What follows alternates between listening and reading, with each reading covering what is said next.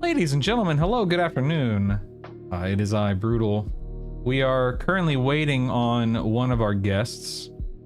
Running a little late, so you guys just hang tight. I'm gonna throw an extra few minutes up on the countdown time you see in the screen. But don't worry, everything's fine.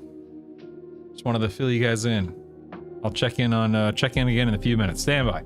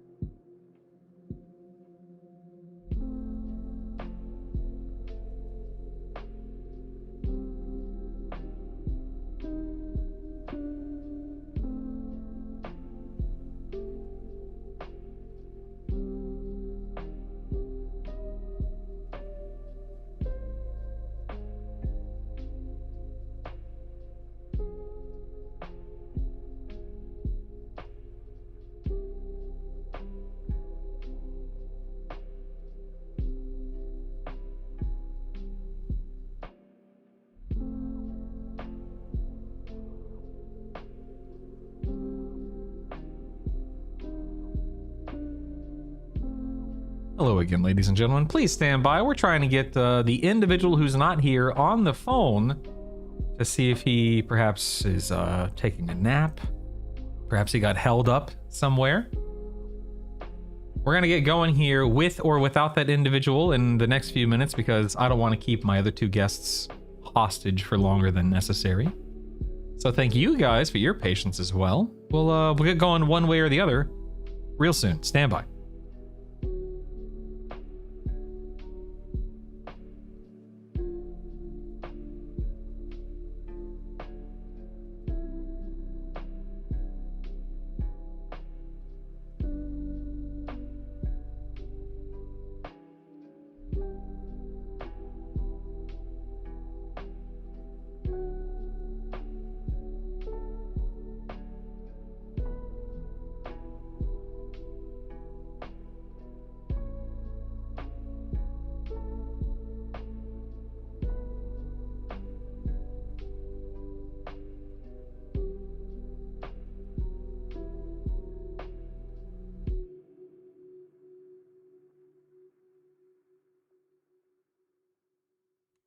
All right, good news, folks. The individual who is presently late has realized he's late. He is now jumping on the call. We'll be ready in just a couple minutes. Hang in there. We're almost ready.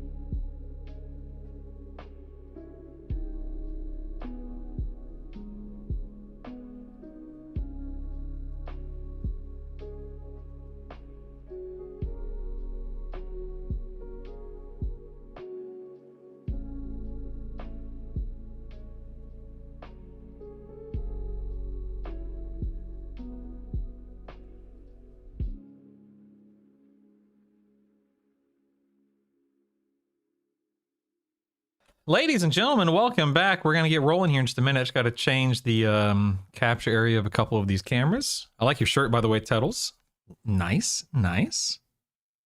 But yeah, just so again, just so you guys know. Oh wait, they can't see me. Hold on one second. Just so you guys know, the stream can see and hear you. So pick your nose at your own risk. But feel free to if you want to. I guess we couldn't really tell if you pick your nose, though, Zorthus. Let's see.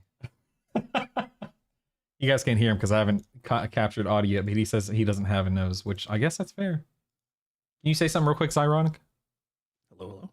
Nice. Okay, we can hear you now. All right, good. Let me change your capture area, Zyronic. Petals looks good. Zorthus looks good. Let's see. Nope, that's the wrong one. How are you guys doing today? Listen, we're just easing into the episode here. We'll officially start here in a minute, but you guys got anything exciting going on this weekend? Not really. Dude, I gotta write the Balanced Wowhead guide, and Oh, I'm sorry. dude, I have to update it for pre-patch. Like, I couldn't tell you about something that I want to do less than update a guide for pre-patch. We love writing 20 pages in BB code.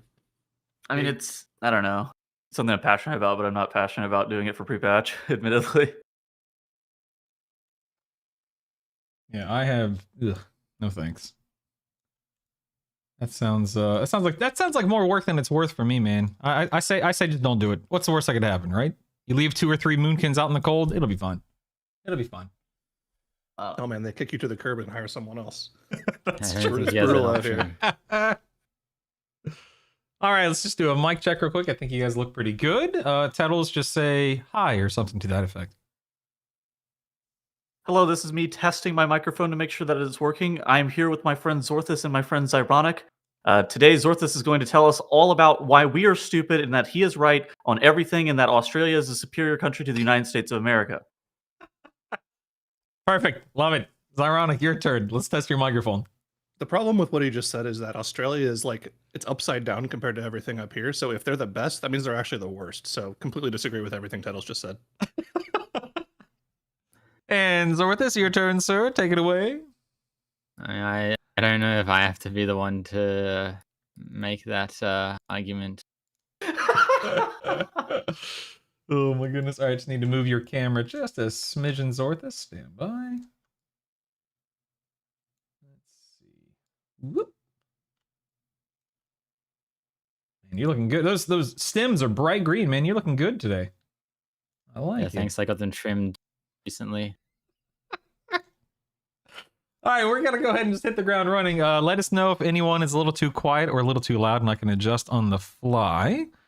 But otherwise, we're just gonna get go. Oh wait, hold on. Stand by. I did not mute my notifications. This is very important to everyone. Please stand by. I've made this mistake once or twice, and it's just not good. Not good. We don't want that. There we go. Okay, that's been muted. All right, you guys ready to rock and roll? Let's do it. Yeah, I'm good to go. All right. Well, before we officially begin, I do want to thank you guys for being here today. I'll probably say that a ton. I'm one of those people that thanks people quite often, so forgive me. But here we go.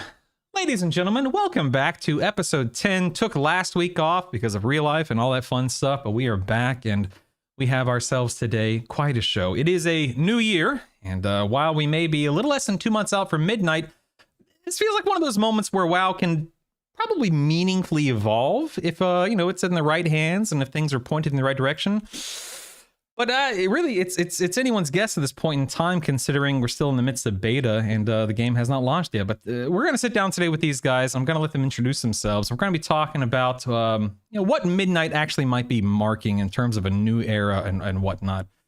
But we're going to go ahead and start off with Zorthus down there in the corner. Thank you guys for being here today. And Zorthus, if you could take just a moment, tell everyone who you are, what your relationship with high-end WoW might look like at the moment, and how closely you've been watching or playing the Midnight. Just introduce yourself. Take it away, man. Hello, I'm Zorthus. I've been around the last year. I play a lot of beta and PTR and make a lot of content for beta and PTR. I also do raid lead the top Oceanic Guild, and I do a lot of M Plus on live. I was in the top group in season 1. Haven't really been doing so much in season 2 and 3. I've kind of been like experiencing the pug scene more around that time. Yeah, I'm exclusively a pugger, for better or for worse, so I understand where you're coming from. Well, thank you for being here, man. Real quick, as I say at the start of every show, everyone's name underneath their webcam. That's where you can find them on Twitch. You can also find all their links to YouTube, Twitter, etc. in the YouTube description below, and blah blah blah. You know the drill. Not Zorthus, sorry, Tettles. What's up, man? Thanks for being here. Please tell us who you are. Not that people don't know who you guys are, but nevertheless, tell people who you are, what's going on, and what you're up to. Yeah, I mean, I started playing World of Warcraft and Warlords of Draenor. Legion came out, got really addicted to Mythic Plus. Eventually got the opportunity to cast both the MDI and the Race World First. So I do that pretty regularly. Then I just create random miscellaneous content based on things that I kind of enjoy in WoW. You know, kind of similar to Zorthus in the sense that I raid and push high keys. Maybe I don't push as high or rate as well as he does. He's a bit better than me in both of those aspects. But you know, I try my best, and you know, I get the rank 1 title occasionally. I get Hall of Fame in my guild as well. So yeah, I test the beta as well, so I do have some insights as to what's going on, at least with some of the stuff that's going on in Midnight. Fun fact, I just learned this about both these guys, but Tettles and Zorthus both started playing WoW in WoD. Is that correct, gentlemen? I just want to make sure I'm not misspeaking. Yeah. Oh. Really? Yes, we both did. Holy moly, that's crazy. Fancy stuff, man. How did it feel, real quick? This is not on the script here, but how did it feel transitioning from WoD to Legion? Was that like just a huge eye-opening experience going from that kind of an expansion to Legion? I don't know. I didn't really understand the people who hated Warlords. I don't know if Zorthus feels similarly, but I was so new that it, like, you know, I just enjoyed flying around and doing like random stuff. Yeah. I was still at the point where I was like trying to guild hop really aggressively, try to get into a lot better guilds, and so I wasn't really too worried about there being a bunch of dead content or anything like that. And then Legion came out, and it wasn't like, you know, there was a lot different, but it didn't feel like it was like, oh, this is the craziest thing I've ever experienced.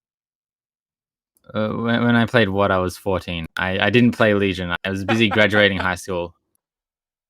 That's incredible. Well, Zyronic, thank you for being here, man. I don't know how long you've been playing, but I assume it was before WoD. But tell people who you are and what you got going on, man. It was a That little wasn't an before. insult. Don't laugh. That wasn't an insult. I'm just saying. So- I feel like he's been around a lot longer. It wasn't that much longer. I started in Cataclysm, so I Oh, wasn't. okay. I'm not like a classic player. I don't have the rose-tinted glasses. But yeah, I'm Zyronic. I rated Race to World First in guilds such as Blood Legion and Limit, now Liquid, for the better part of 10 years. And since I retired from World First rating, I've been casting things like the Race to World First and an MDI with the Moonkin up there for the past 5 or 6 years. So it's been really fun. Well, thank you for being here, man. I really do appreciate you guys. I've been playing WoW a long time. In fact, hold on, let me take a sip of my coffee real quick. I've been playing MMOs for quite a while. For those of you who are just listening, I just held up my EverQuest coffee mug, but nevertheless, we're not here to It's like talk about that EQ. JB talks about, right? Like, that's, Listen, this could be an EverQuest podcast or a WoW podcast, and I assure you don't want it to be the former because I will be the only one talking. But again, you guys are awesome for being here. Zorthus, I want to jump to you real quick. When you look at Midnight right now, what is one thing that makes you think this expansion is going to be a little bit different, for better or for worse? And caveat, little asterisk, whatever you want to call it, combat add-ons can't be your answer. That's not allowed. But what's one thing that might be a little bit different? And the real answer is housing. That's fair. I don't think like there's class changes, but I think in like the grand scheme of WoW, I don't think it's gonna be that of a much of an impact. Like, yeah, it is gonna be a big impact, but I don't think classes being different is a new thing. Dungeon design is different, I would say, but at the same time, yeah, I don't think it's gonna be a new thing. I think like the only thing that's like going to be like echoed in time is probably housing, in my eyes, in this expansion. yeah, just jumping in on that a little bit as well. I'm interested in your thoughts on this, Orthus, but I feel like the game, like War Within, you know, there was kind of a point in Dragonflight where the War Within kind of felt the same as Dragonflight, and so far I felt like Midnight is going to be, it's feeling very samey. Obviously, there is housing and there's stuff with the add-ons, but I think in terms of gameplay, it feels very similar. Yeah, that's like what I've experienced, at least for the beta. Yeah, I do think it is like it's not like a massive reinvention of the wheel. Some people kind of are making it out to be with the whole class thing, but I think we'll just get into Midnight and we'll just be playing WoW. I mean, real quick to kind of piggyback off of what both of you guys are saying, do you think that's good, bad, or even further than that, intentional, considering it is the World Soul Saga? Like it's meant to be this all-encompassing storyline and kind of the look and feel of everything? Well, I think it's I think maybe it is intentional that these 3 expansions are like a little similar. I think it's also kind of just a byproduct of like not adding massive borrowed power systems like Covenants anymore. I think that's a very fair take.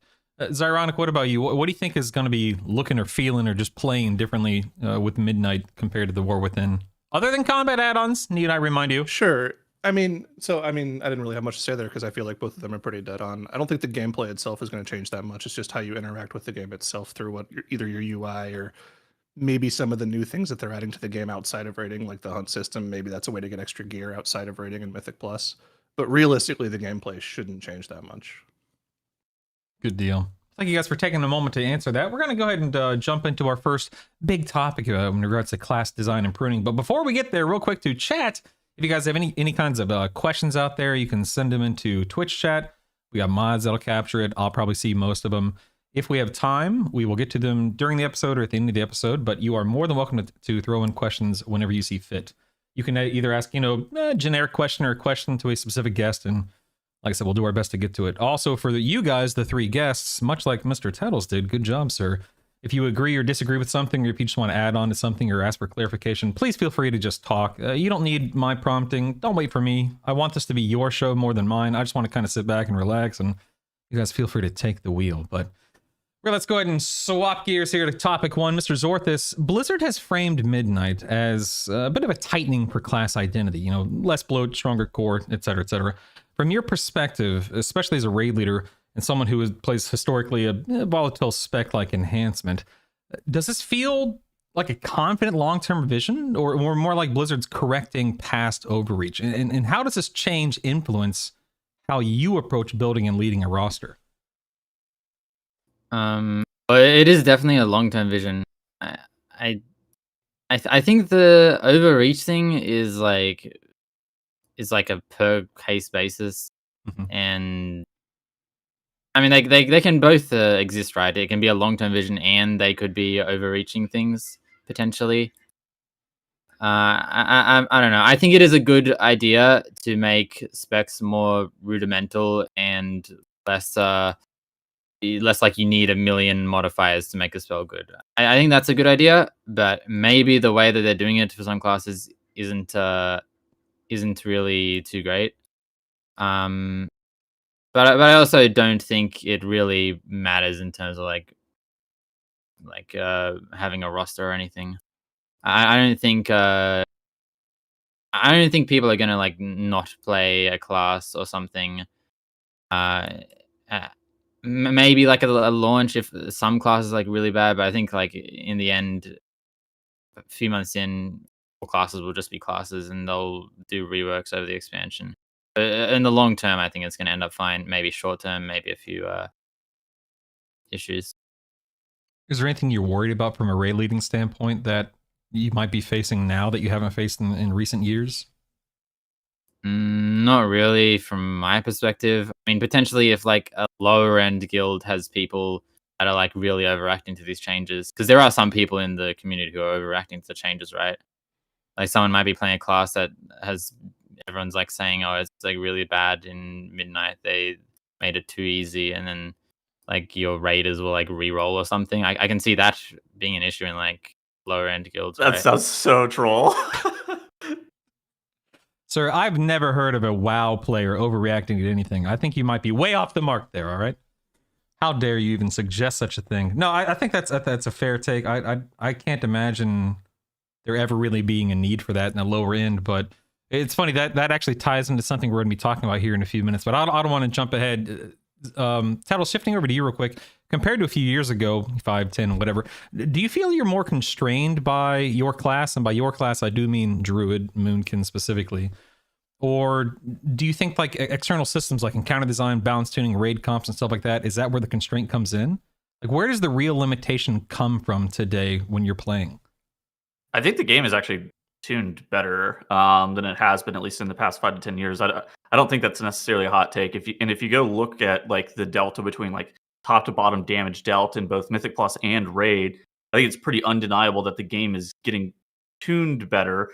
But at the same time, as time goes on, the expectations have shifted drastically to where you're not allowed to play something that's a couple of percent worse. You have to play something either you're either in the meta comp or you're not, and there's not really a choice. So I don't actually think it's based around anything Blizzard specifically has done with encounter design or balancing, because I think they've actually improved the game in a couple of aspects like that. But I think that I would say basically since probably like 2020, around Shadowlands, maybe like really late BFA, people started caring a lot about like what was the meta? What does the meta really look like? And I think that puts a lot of constraints onto you as a player if you're trying to play at the absolute highest level. Obviously, if you're just like, doing weekly keys with the homies, it doesn't. But if you're trying to push the absolute highest level of content or achieve cutting edge, achieve rank 1 title keys, or honestly just like push yourself to be the best player you can be, a lot of times that does involve re-rolling because it gives you more opportunity than realistically it should. I would say that like, a really good player on a worse class, like if you're trying really hard and you put a bunch of effort in, you should be able to outperform somebody on a, maybe slightly better class. The problem is a lot of people are picking between two equally skilled people, and then of course they're going to take the person who's on something that's a little bit better. There's a reason that it's more meta. Like it's how it works. You're playing Elemental right now, is that correct? Yes, I am playing.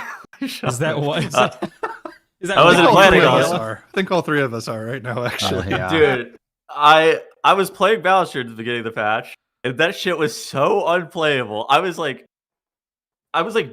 permanently dead on Forge Weaver Ra's prog. Not doing damage. It eventually buffed Moon to the point where it was like, pretty playable in Raid, but it was fairly behind the mark. And then I just like randomly started gearing Nelly Shaman for fun because I knew I was going to get benched on Dimensius and Salhadar, so I had nothing better to do. And so I was just like playing my Ellie Shaman. Then my raid leader was like, "Yo, do you want to play Ellie Shaman for prog?" And next thing I'm just like on Ellie Shaman. So what you're saying is Moonkin's dead. Long live Ellie for Tettles, right? Well, I remember we were sitting at Liquid, Tettles, and you were behind me. You're like, "Oh, I just got my 4 set. I'm going to practice this rotation on the target dummy." And like you sit there for 12 seconds to cast 2 Star Surges at the end of your cooldown. I'm like, dude, that's it? That's your tier set? What's that? It was goated. So ironic, going into Midnight, which again, it's just, I'm going to say this every week, so forgive me for anyone who's listening week after week, but God, it's right around the corner. But going into Midnight, where does skill expression actually live right now for the average player? If you had to like rank rotational mastery, encounter knowledge, cooldown orchestration, that kind of stuff, like what truly separates the best players from the rest? I think this is like a multi-tiered question because it depends on what level of gameplay you're at right now. If you're at the Race to World, like the Race to World first level, there's very minute things that are going to change between, your fired ups and your other mages on the Race to World first. But like generally speaking, like we were talking about earlier, I don't think skill expression really changed at all. I think the tiny little increases that you can get from doing a more perfect rotation, those are still going to be there in Midnight. But in general, skill expression usually kind of happens outside of the damage rotation. Most players are actually pretty good at doing their damage rotation. You can get to like 95% efficiency with very little practice. It usually comes from the utility things, especially in things like Mythic Plus, right? Being able to get your CC out there, on time, never miss an interrupt. Those are the things that really separate the best players from just your average players and pugs. Yeah, I think that's also just doing your damage rotation while dealing with like movement and other fight mechanics as well is like more important than actually like knowing what your rotation is. I feel like. Yeah. I think the depth just the tag onto that as well. Like the depth of World of Warcraft specializations is absolutely insane. I think it's one of those things that's a lot of people talk about like, oh, this spec is super easy. Oh, this spec is 3 buttons, Beast Mastery Hunter, this, blah, blah, blah. Yet, I think that most players are never hitting sim DPS. They're not even particularly close to being able to hit optimal amounts of DPS done in any given scenario. And a lot of that comes down to how complicated each and every single specialization is, even if you just condensed it down to what is the simplest form of that. But I mean, there's a lot of talents and there's a lot of things that players avoid even looking at because it's too complicated to try to factor in whenever it's happening. Like if you were pooling resources for times where your trinket procced at the same time you had a different talent proc, and then you were spending those resources, then the game would be a lot more complicated, but players don't do that because it's too hard. Yeah, real quick, please don't be afraid to interrupt me, because all I'm doing is just I'm going to be like, yeah, good point, or something like that. So if you have some, please don't be afraid to interrupt me, by all means.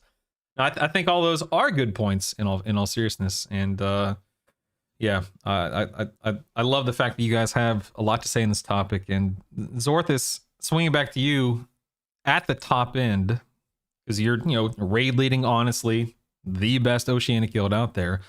Does pruning actually make execution cleaner under pressure, like when you're pushing those fights at the upper end like that? Or is pruning just removing decision points that used to let great players distinguish themselves?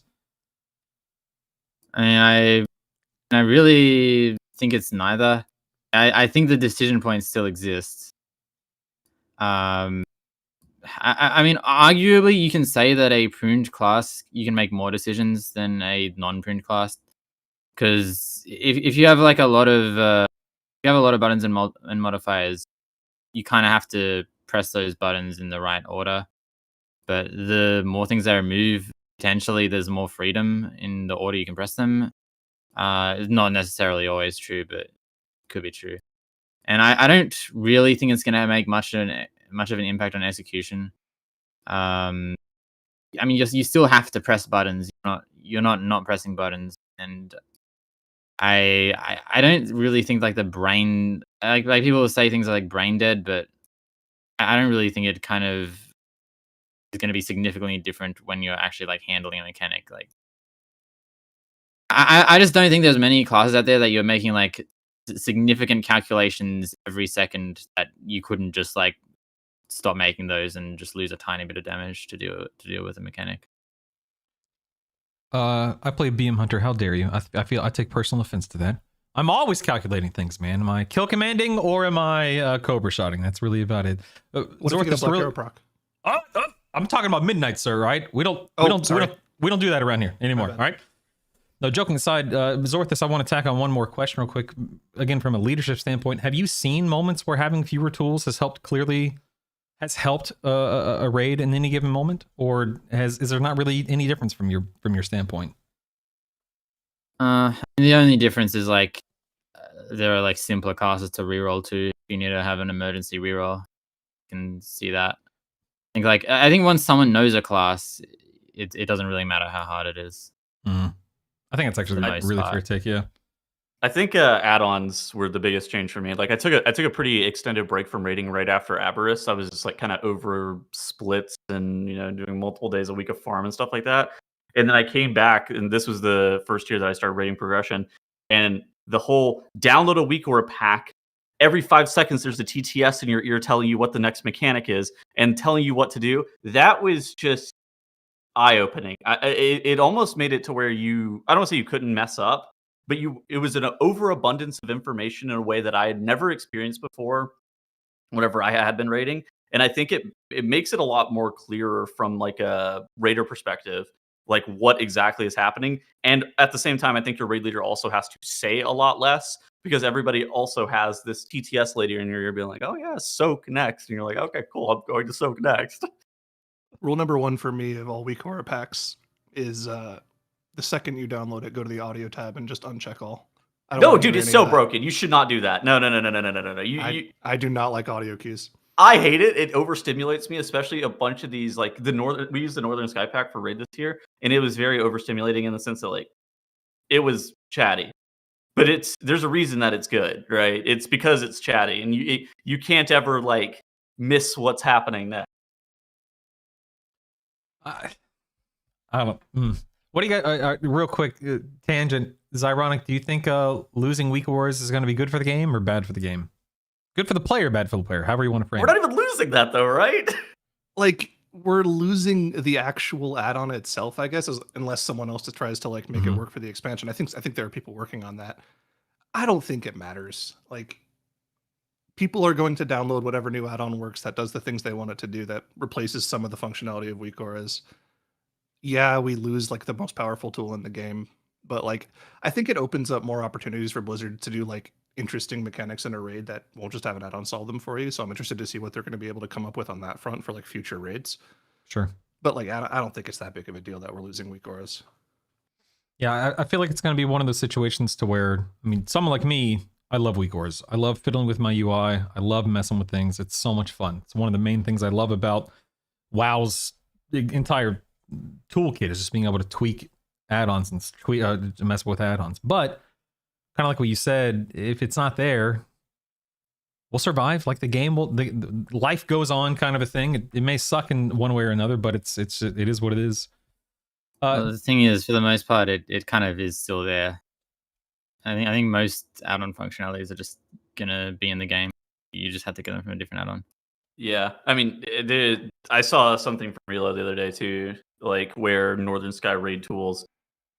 It looks awfully similar to some of the functionality that Weak Auras had previously, and then there's also like I've seen a bunch of timeline reminder Weak Auras stuff, which is those are the things that I didn't like about rating this tier, was like the timeline reminder stuff on top of the ETS in my ear. And so the fact that that's staying, it's a little bit disheartening. But I think that the conversation surrounding what's been going on with add-ons has been blown out of proportion a little bit, let's say. Yeah. I know a lot of people keep saying that add-ons are dead, which is obviously not true. I think that, you know, the nature will find a balance once again at some point in time as the expansion goes on, as people realize what is and isn't permitted and what is or isn't still around.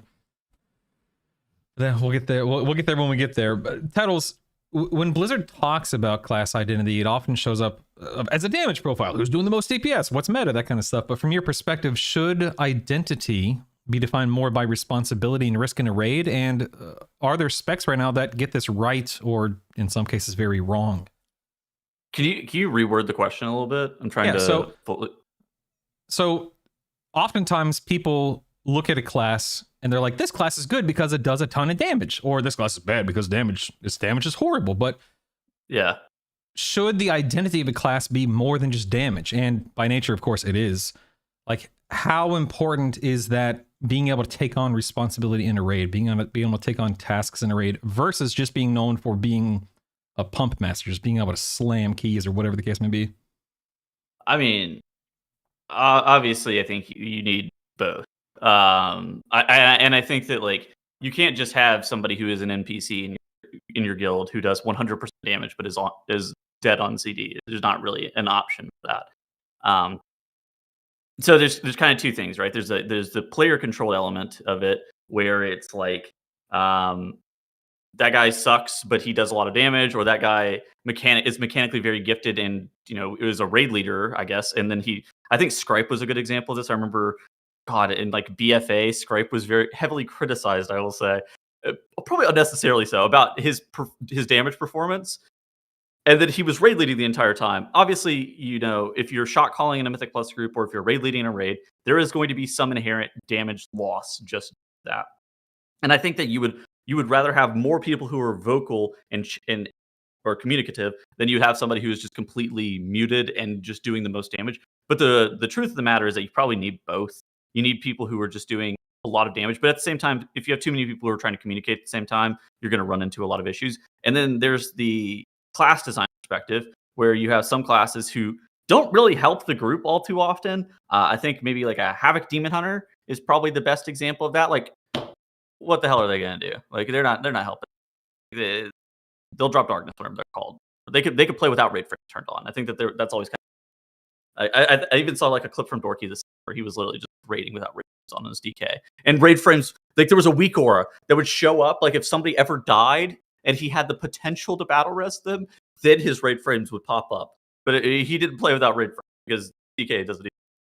But like, I think that it's like from a class perspective, then you have something like Aug Evoker, which I guess would be almost the antithesis, where you have to be paying attention to every single thing that's going on with all of your other teammates. Not And a I midnight. think, well, yeah, I don't know, but I don't know if that's necessarily going to be true, but maybe we'll see. Yeah, it's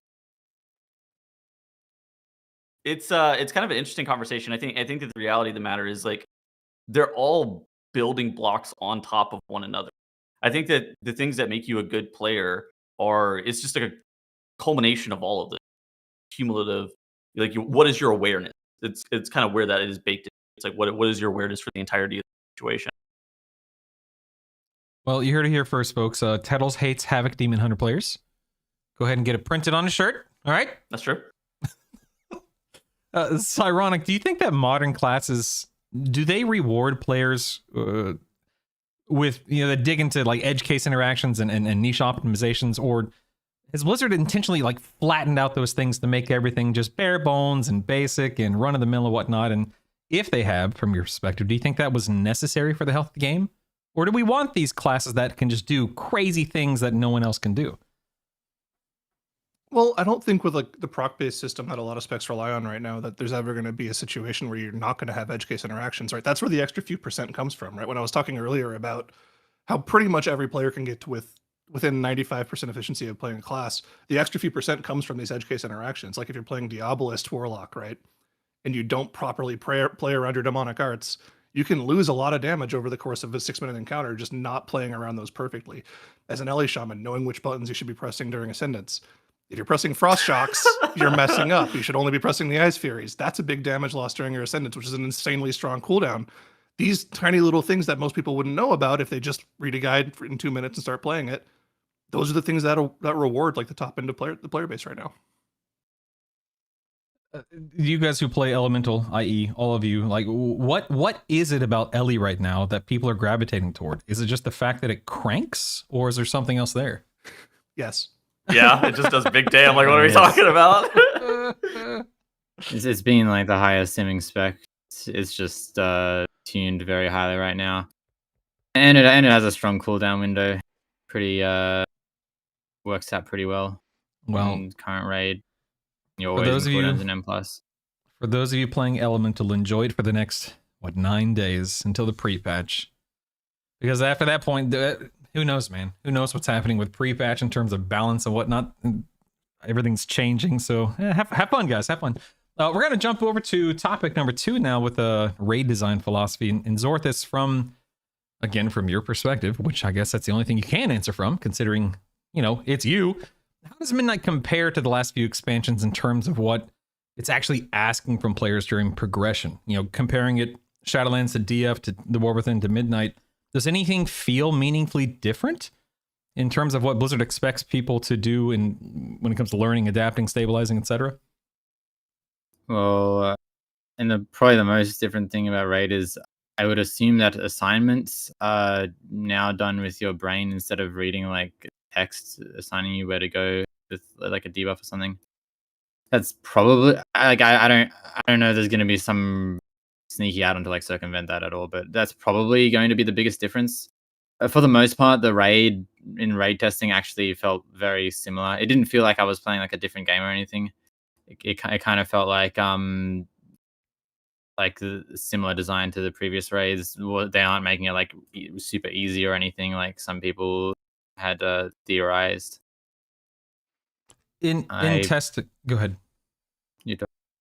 I was just going to ask, in testing, you guys have probably each tested multiple bosses, but do things feel slower to you, or are things kind of still unfolding just as quickly, or whatever you want to define it as they do in the War Within, in terms of boss engagement and mechanics and whatnot?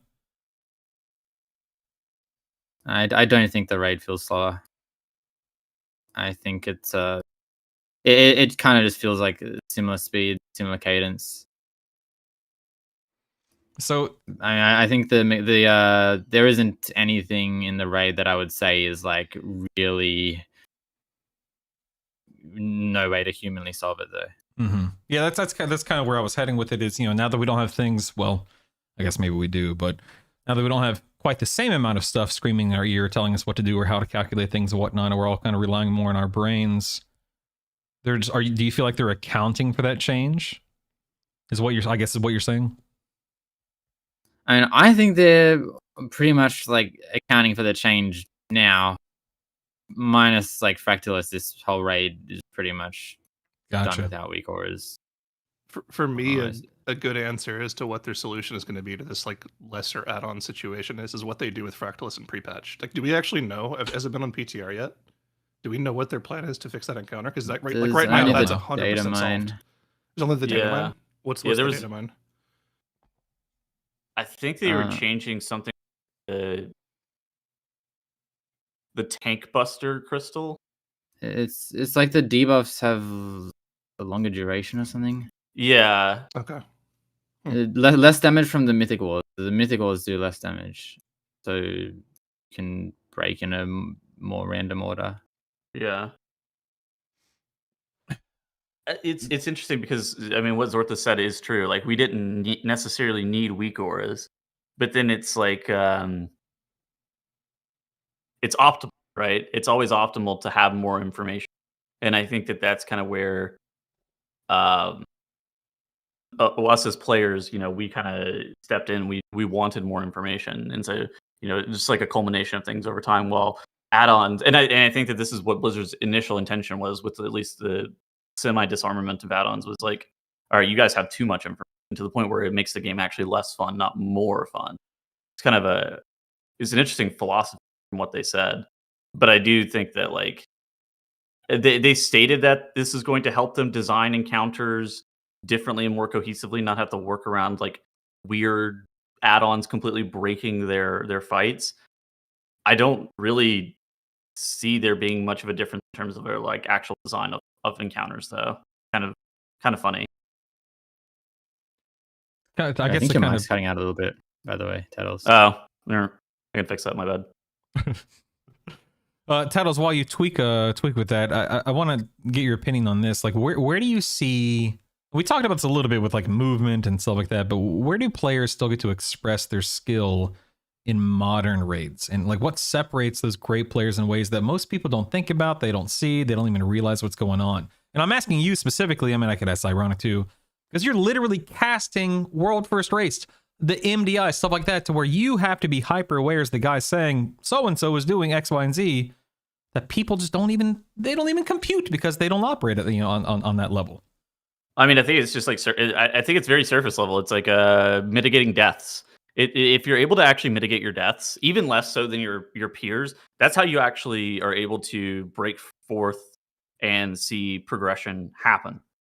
I think that raid is very research heavy for everybody that's not a Race World First Guild. I mean, I don't like everybody's a video guild in 2026 now. Everybody's able to watch videos and watch progression of other guilds.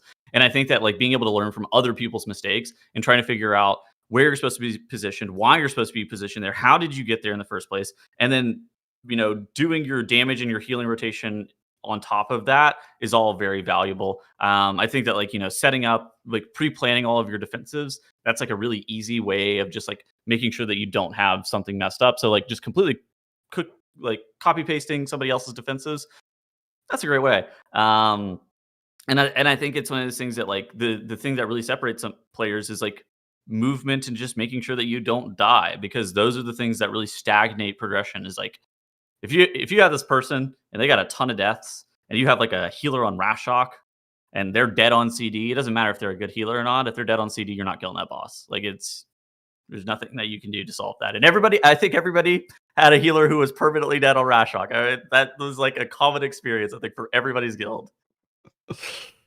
Yeah, I can see it's like the most important things showing out to the boss and just doing everything right on the first pull, not like having to learn things as you go.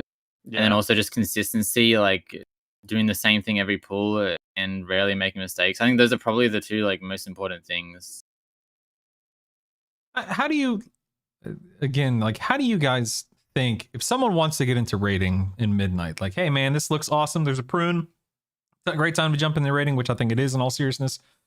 How do you how should people approach that? Like, how should people approach the question of, well, how do I stop dying? Like, how do I not stand and stuff? How do I not get hit by this and clipped by that and so on and so forth if they don't have years of practice doing it? Is it just, well, get in there and try? Like, just get in there and start practicing? Yeah, I think that's a good way to put it. I mean, like Tettles said, every guild, including the top end guilds, are video guilds nowadays.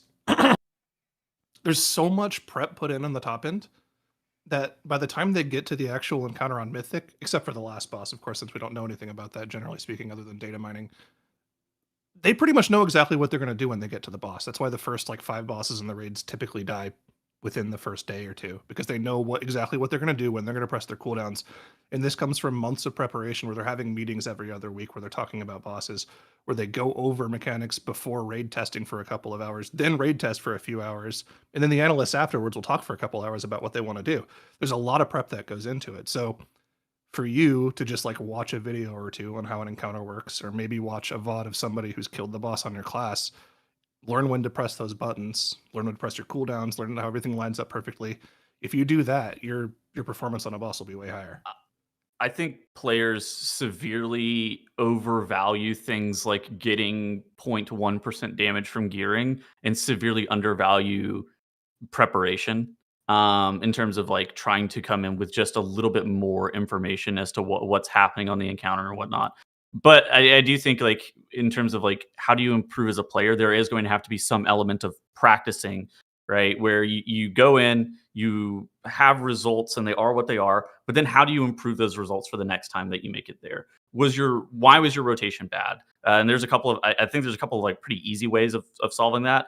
First off, it's figuring out why you're making mistakes, figuring out what those mistakes are. You can also record your kind of POV. And I think that watching yourself back and trying to understand like what you're doing wrong is always an easy way of assessing the situation and trying to improve, because I think it's a lot easier to like understand what the mistakes you made were whenever you're not actually like having to do your rotation and like focus on your movement and stuff like that. And I think that like getting a POV whenever you're able to like step out of that encounter is valuable. So I think that recording your POV is always super valuable. But I think that like Zorthus and Zyronic mentioned, and I just want to parrot that, I think that preparation is a huge deal, and players do not want to do it. Like it doesn't matter. Like it doesn't matter what you say. Players will not go through the time it takes to actually look at a boss encounter or look at a dungeon mechanically and figure out what's going on. Instead, they're going to just, oh yeah, the reason that I'm not doing good damage is because I don't have this trinket that's 0.2% DPS increase.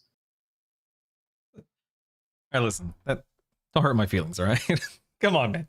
Zyronic at the top end, we're talking about all this stuff about, eliminating mistakes and whatnot. Like, is raid difficulty today about eliminating mistakes, or is it about finding creative solutions to these problems? And which one do you think Blizzard specifically is prioritizing right now? This kind of ties in a little bit with what Tettles was talking about earlier, right? Where at the top end specifically, what you're asking, all of those players, and I mean, this goes down to even like the top 20 guilds, not necessarily just like the 3 Race to World first guilds that we watch the broadcasts of every tier. Most of the players in these top guilds, if you just let them sit in front of a target dummy, they could do like 99% of their class's damage most of the time, barring RNG. But in a raid encounter, it's about doing that consistently. And like Tettle said, just not dying. So you can keep seeing further into the fight, seeing how things line up to kill the boss. In general, like that's most of the skill cap of like the high end. But there's also like like finding solutions to problems that happen in the raid. I think one of the most, like the coolest examples of this, and this has been talked about forever, was go back to Castle Nathria and see that clip of Fired Up saving the raid on Artificer's Imox, right? Players that have the wherewithal to do that in the middle of the raid and save a pull, that's some of the coolest shit you can do in WoW. And having individual players in your team that can make those plays, that really sets apart like just some of the top end raiders from the very best players. Zorthus, do you think that Blizzard is better right now at making fights difficult or at making them satisfying to progress on? And where, if so, do those two goals come into conflict? I mean, they've made a lot of fights difficult. There are fights that are satisfying to progress on, but there are also a lot of fights that are probably overly difficult now. And they definitely do like tuning for race for first. I mean, we know like about like Araz, Styx, and Brutus that are like the biggest Jesus. biggest issues in this expansion with Raid. Those are like very difficult fights, and they were like at the wrong point, right? I think I think they really that they know how to make a fight difficult, but they don't know when to make a fight difficult. Is the current issue we have this expansion. I think like the tuning of the difficult fights is like pretty spot on, but it's like, should these fights really be so hard? I think their gauge for like how hard a fight will be is very off. I feel like it's so infrequent that we have like a 20 or 30 pull boss, or like even like a 40 or 50 pull boss nowadays. It's like either it's 5 pulls or less, or it's 150 pulls. It's just like there's no light at the end of the tunnel, and we're fighting pre-nerf Forge Weaver Raz, and Zorthus' guild is slamming down hundreds and hundreds of pulls. They should have gone and done mythic splits instead of actually pulling the boss.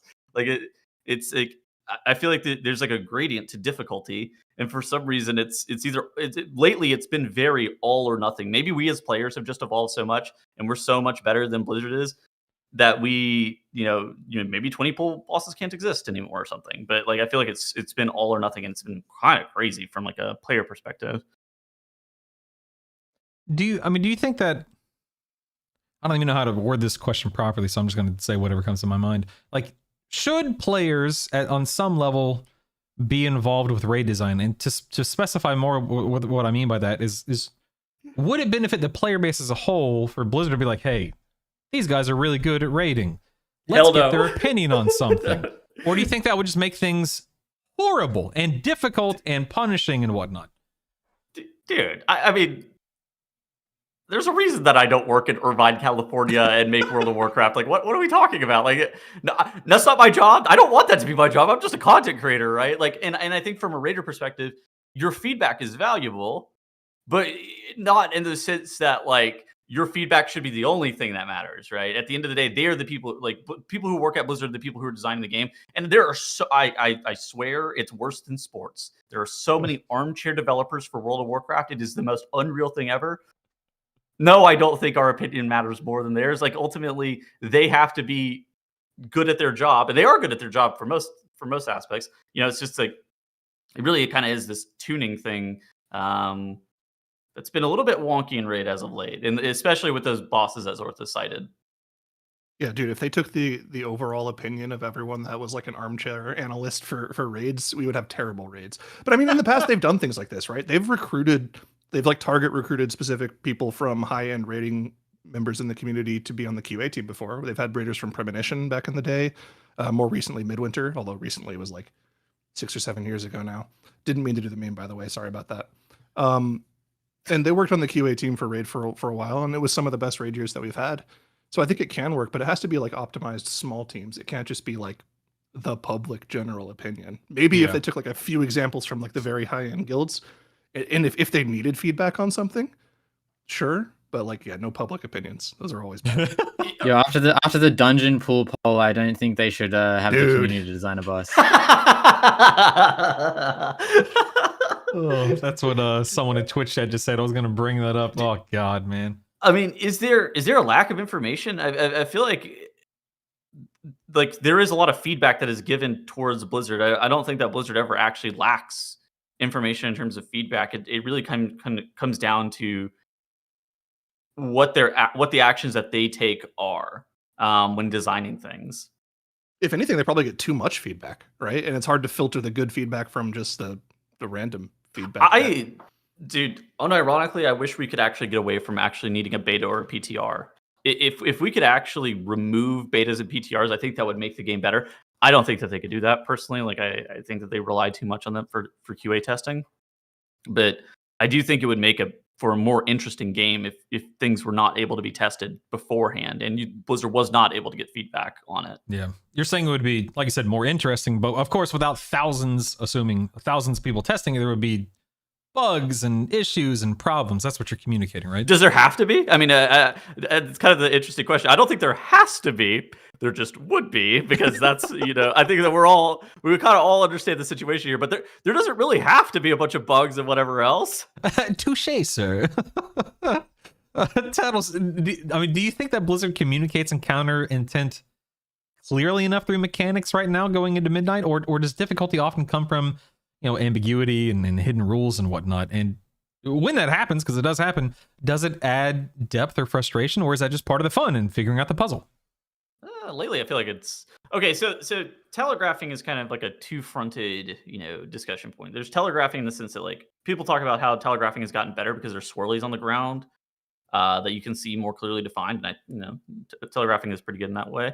Telegraphing is still pretty bad on some mechanics where it's like at a baseline of the game, you don't always know what you're supposed to be doing.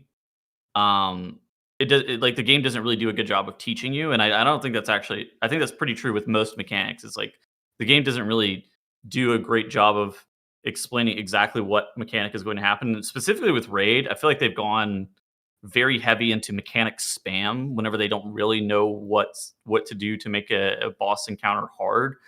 Tindral Sage Swift was a great example of that. They just literally spammed mechanics at you 100 miles an hour. I think Soul Hunters from this season was also a good example of that, where it's just like the only mechanic was all the mechanics that were present on Heroic except 10 times faster. And you're like, oh, well, hold on.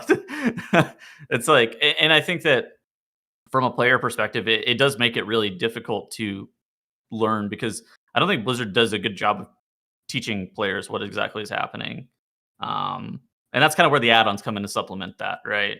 I think there's it's kind of like a cohesive dance where the add-ons exist to help the players, and then Blizzard designs encounters with the add-ons in mind, where the add-ons are going to help the players. I feel like in the history of like the top end, the Race to World First scene, there's only ever been one encounter that I can think of where the players solved it in a different way from the intended design of the developer. And that was Fate's Cry Brokolo. Remember that boss in Sanctum of Domination? Where Limit's solution was to just have everyone stand on their runes in the intermission and just run in the same direction. And you could get to your spot before the intermission ended and you solved the mechanic. The intended design was for you to jump over the lines. And no one tried it, and no one even bothered doing it because the world first kill just showed this cheese strat. But no one ended up doing it the intended way of the developer. In general, I think like most of their design is pretty clear with how it's intended to be solved. And I feel like that's just gotten better over time, like Ted was talking about with the way that they've designed the new graphics. It is I feel like it is intentional, but I do think that's what makes World of Warcraft kind of hard, no? Yeah. In what way? What do you mean by that? I think I think another boss where players did things different. Brood Twister or Brood Keeper Diona. There was like a debuff where you got an increased damage stacking damage increase while you're on the boss. Yeah. So I think like the intention of that boss was you're meant to like swap groups. Like, one group was meant to be on the boss, one group was meant to be on the ads.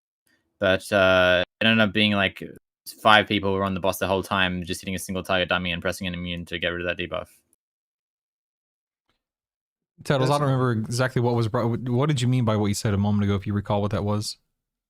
How do I even describe it? I think that while things are very clear from an encounter design perspective as to like what Blizzard wants you to do, figuring out how to do that as the player is obviously a big challenge. And in a way that I think the game has actually become mechanically a bit harder over time from like what's required from you as like an individual. A lot of it normally ends up being macro decisions, like strategy based stuff. But I think lately it's actually been like, oh, how you're moving your character around, like where you're positioning. How do you deal with all these mechanics happening towards you at the exact same time? And I think that that's actually become more difficult as time has gone on. Even though Blizzard's clear about like what's happening, it's kind of the interesting question of like, how do you still design a difficult encounter? What's your feral druid's name? Doug. Doug. Oh, I have a very soft spot in my heart for Doug because that's my son's stuffed animal's name. So good old Doug. Well, thank you for your answer. I do appreciate you taking the time to answer that. Zyronic, I want to jump to you real quick. What do you think Blizzard currently believes makes a great raid encounter, and do you agree with that definition? That's an interesting question. I think it's a lot easier to notice when an encounter is bad rather than when it's great. Because generally speaking, like most good encounters are like, okay, the mechanics felt good to resolve, and the DPS check was tough but doable if everyone stays alive or if you have a death or two. I think it's easier to answer the question of what are bad raid encounters, and like anything that involves like loss of character control are really bad. Like I'm thinking Queen Ashara. You had to line of sight 2 times every 7 seconds to get rid of the debuff. That was terrible. Never do that again. Fights where your character gets stunned or rooted and you have to move out of mechanics, those aren't particularly fun. I think the most recent example of that was like Farak, where one of the mechanics you could just get RNG picked for a root, and that wasn't particularly exciting to play around. Dimensius as well, when you get knocked into the air, yeah, that's not particularly exciting in phase 1. Those are the things that make an encounter not fun to play. But in general, like hard DPS checks where when you defeat the encounter, it's because everyone played out of their mind, did the mechanics perfectly. Those are really fun. And like some of the best encounters are like the ones in the middle of the raid where they're hard single target checks. Like I think one of my favorite of all time is Gorm back in Trial of Valor. That was just a ridiculous DPS check. That also had a thing that made you lose your character control, which is really annoying with the ice mechanic that froze you. If your Shadow Priest got targeted with that, you just couldn't kill the boss. But it was a great DPS check encounter, and it wasn't particularly hard mechanically. Yeah. But when you pulled it off properly, it felt great to play. I think it's a little bit more simple too. Like I think it really just kind of comes down to, did I have fun whenever I was progressing that boss? And it's, there's a lot of elements like Zyro hit on that go into, did I have fun? But I do think it's a very simple question. It's like, was this encounter satisfying to progress? Like, did I have a good time whenever I was dealing with all the mechanics? And whenever I killed the boss, how did it feel? Yeah, I think both of you actually make a really good point, especially when it comes to the fun factor of things. And I guess it's just tough to kind of hit that nail on the head because, like I said, different roles and different experience levels and whatnot. I think this ties back into what you were saying a minute ago, Tettles. Like I'm glad I'm not the guy that decides what is or isn't a raid encounter. I'm not qualified for it clearly, so don't listen to me. Zorthus, I want to ask your opinion on this one. When Blizzard misses on raid design, which is kind of what we were talking about a moment ago, do you think it's usually because they aimed too high, or is it because they played it too safe? In which failure, if you even do respect it at all, do you respect more?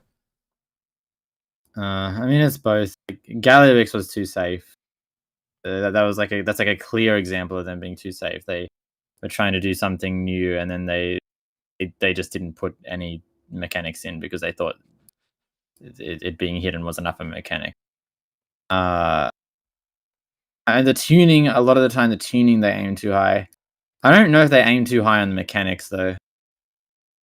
Most of the time, I feel like the misses on raid design are mostly like tuning or like a mechanic not having enough time to deal with. I think those are the two biggest misses. Can you, real quick, for those? No, I just want to make sure that people understand what your example means. When it comes to Galliwix, there's the last boss and Liberation of Undermine, second tier of the War Within. Explain why or how that went wrong. Well, Galliwix is like the easiest end boss ever. They had like a hidden dungeon journal where Galliwix Mythic was a different boss from Galliwix Heroic. Phase 1 was fine. You go into phase 2, the boss has no mechanical overlaps. He does like one thing every like 15 seconds. It's just like you dodge a frontal or you like dodge a swirl or you move out. It was like kind of hitting a target dummy for that entire phase. So there was like really nothing going on. And it's definitely it was like easier than all the previous bosses in that raid, easier than any other end boss. It was just kind of like a bit of a letdown for an end boss, and it was like clear they like played that boss too safe. They just thought like the whole like mythic being different from heroic was going to be enough of a barrier, but I think mythic and heroic are like so far removed now that that's not so much of a thing. Yeah, I think with that boss in particular, they thought that having these bombs on individual raiders that would just instantly wipe you if they died would be enough to make the encounter too hard. But they didn't foresee the raids, like the raid teams saying, okay, fine, we'll put 4 fire mages on them that have cauterize, and we'll put the 5th one on a tank that will never die. So that's just not really a mechanic we have to deal with. In the end, it was just a pretty disappointing final boss, like Sorthus is saying. It's like the first sub 100 pull end boss since Xavius, I think. So like 8 years ago. Was Sark? What was Sark? Like 115? Sark was like 130, I want to say. Yeah, okay. But yeah, I mean, this is also the same company that brings you bangers such as Brood Twister Ovanax, right? Like it's one of those things that sometimes they just like miss the mark, and as a player, it feels kind of crazy how much they'll miss the mark by. But then obviously, I think it's from like a designer perspective, it's probably just like, oh, they if they gave Brood Twister Overnax 4 more seconds on breaking those eggs, maybe that's a very different encounter in terms of how it feels to play. But whenever you were playing it, you were like, oh, this is an impossible challenge for me. Tattles, if you could A, remove one recurring design trend from modern raids entirely, never see it again, throw it out the window, what would it be and why? And B, is there a raid design or something in Midnight that you've tested so far that just has you just deflated and not looking forward to having to deal with it? God, a recurring. Do either of you guys have a recurring design trend that you guys hate? I feel like I don't have one. I'm like, oh, I mean, yeah, I think we talked about this. I think we talked about it before the stopping DPS. Was that before we started the show? Is that right? Hold DPS, everyone. Okay, yeah, that one's terrible. That one's bad. Line of sight's bad. I don't think that one shows up that often. No. Yeah, I think they got better at the stopping DPS thing. Yeah. What I think is a bad recurring thing is the 8 boss raids. Like every raid has been 8 bosses. Next raid is 9 bosses. Like this whole expansion, we had 8 boss raids. In the past, like the last raid of the expansion would have a lot more bosses. Like now they're just doing 8 boss raid, 9 boss raids. I feel like the difficulty curve is like worse as a result. Like the amount of easy bosses is worse. The amount of hard bosses kind of stays the same in 8 boss raid. So it's kind of bad for like general players as well, I feel like. Do you feel like they're designing it that way because there is less downtime between tiers and expansions as of late? It seems like it's they've been very formulaic with what's going on, but it feels like they're trying to pump out content a lot faster. And I don't know this to be certain. Speculatively, it seems like it's a byproduct of that. But I mean, that is purely speculative based off people who don't work at Blizzard. Yeah. I think something else that it's not raid design based, but like I guess the loot is kind of part of the raid design. I don't like when they lock the best pieces of gear behind the end bosses. I like when they're earlier on in the raid. Like Nerebar Palace was great for that. You had 2 super rare items from the first 4 bosses, really easy to gear alts, but then they didn't do it for the rest of the expansion. It'd be nice if there were more like extremely good items on the first few bosses so people could farm them more easily. I will say I think that it's less about an encounter design thing. I think that your question was more like, oh, what encounter trope do you think that you hate the most? To me, it's more just like I think that the scariest part is how formulaic things have gotten lately, where everything feels like it's very cookie cutter in terms of design. And I think that is a scary proposition for World of Warcraft. Is if things aren't, evolving enough, then you can get into a space where it's like, oh, I feel like I've already played this before. Why do I need to play this again? And, if every season feels the same, that's where that becomes a problem. Yeah, I mean, that's like when they kept spamming that blaze mechanic, right? Yeah. That blaze mechanic's not bad. Like, it is fine, but if it's overused, it's like a good mechanic, but it did feel like it was, you got to the part where they added the blaze mechanic, it's like, yeah, it's a blaze. Yeah. It's I would call it based off the Fyrakk blaze, right? Like it's kind of a funny one. Tattles, the kind of I definitely understand what you mean by what you're saying, because for me, and again, this is just my experience, of course, but I stopped raiding after killing Mythic Denathrius and Castle Nathria, and I stepped away. And I feel like, while it's not objectively true, but for the most part, I feel like I haven't missed that much. I'm getting back into Mythic raiding with Midnight, and of course I've missed some really good encounters and some fun raids and stuff like that, but I feel like I haven't really missed enough to where I'm going to come into Midnight and not know what the heck's going on. It just feels samey.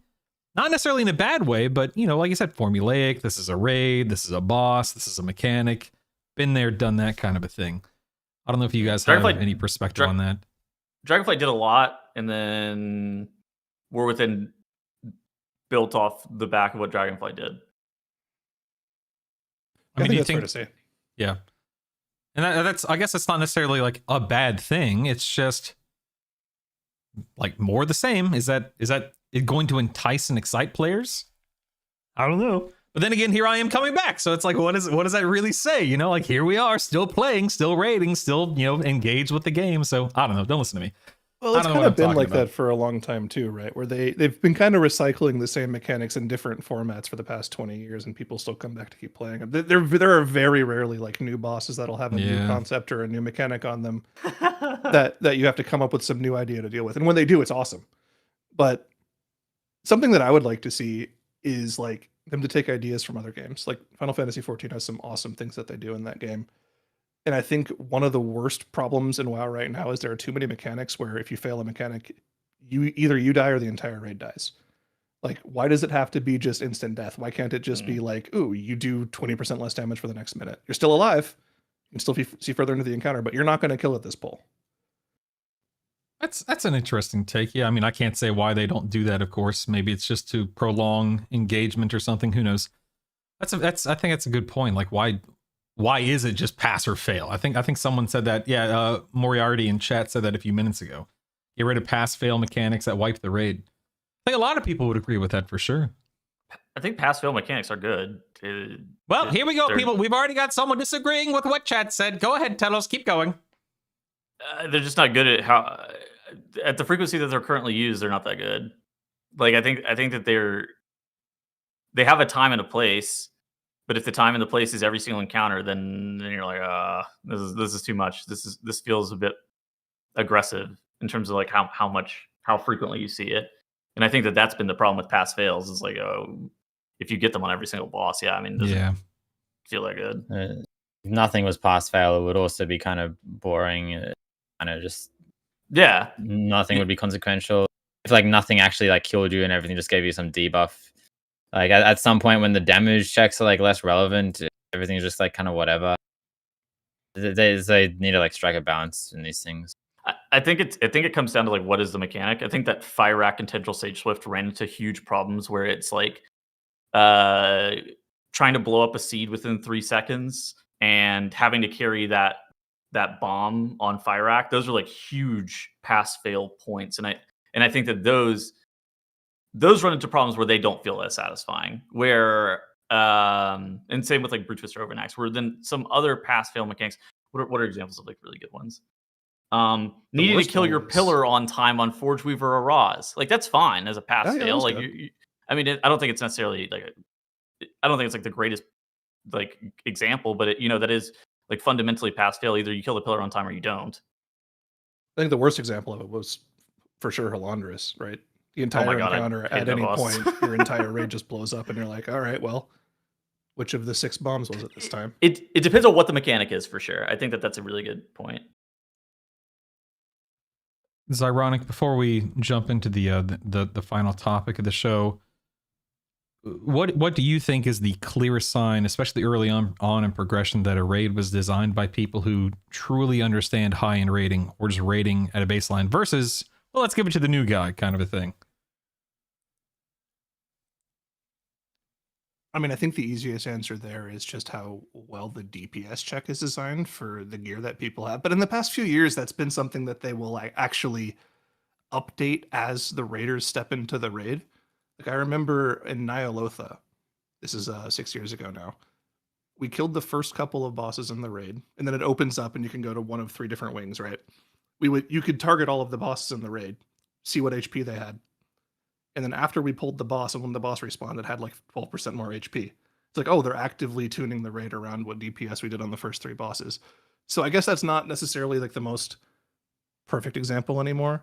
But going back to like some of the previous questions, like designing encounters where it feels satisfying to solve the mechanics, that's really important to me. Not losing player control.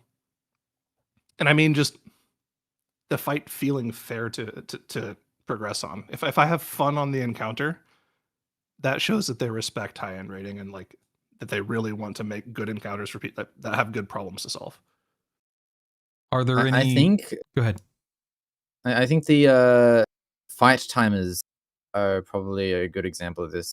I think there are definitely some fights that are like you can tell they thought about what cooldowns people had and when people would do things. Like Dementius is definitely like that. And again, there- like it goes the other way as well, right? There's times where you look at an encounter and you're like, they hate high end raiders.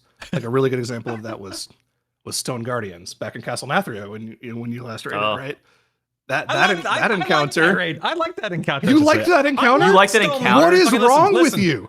I was raiding with Essence, awesome guild. They don't raid anymore. We were like US 15th or something like that. So I wasn't like bleeding edge, but I was still fairly high up there.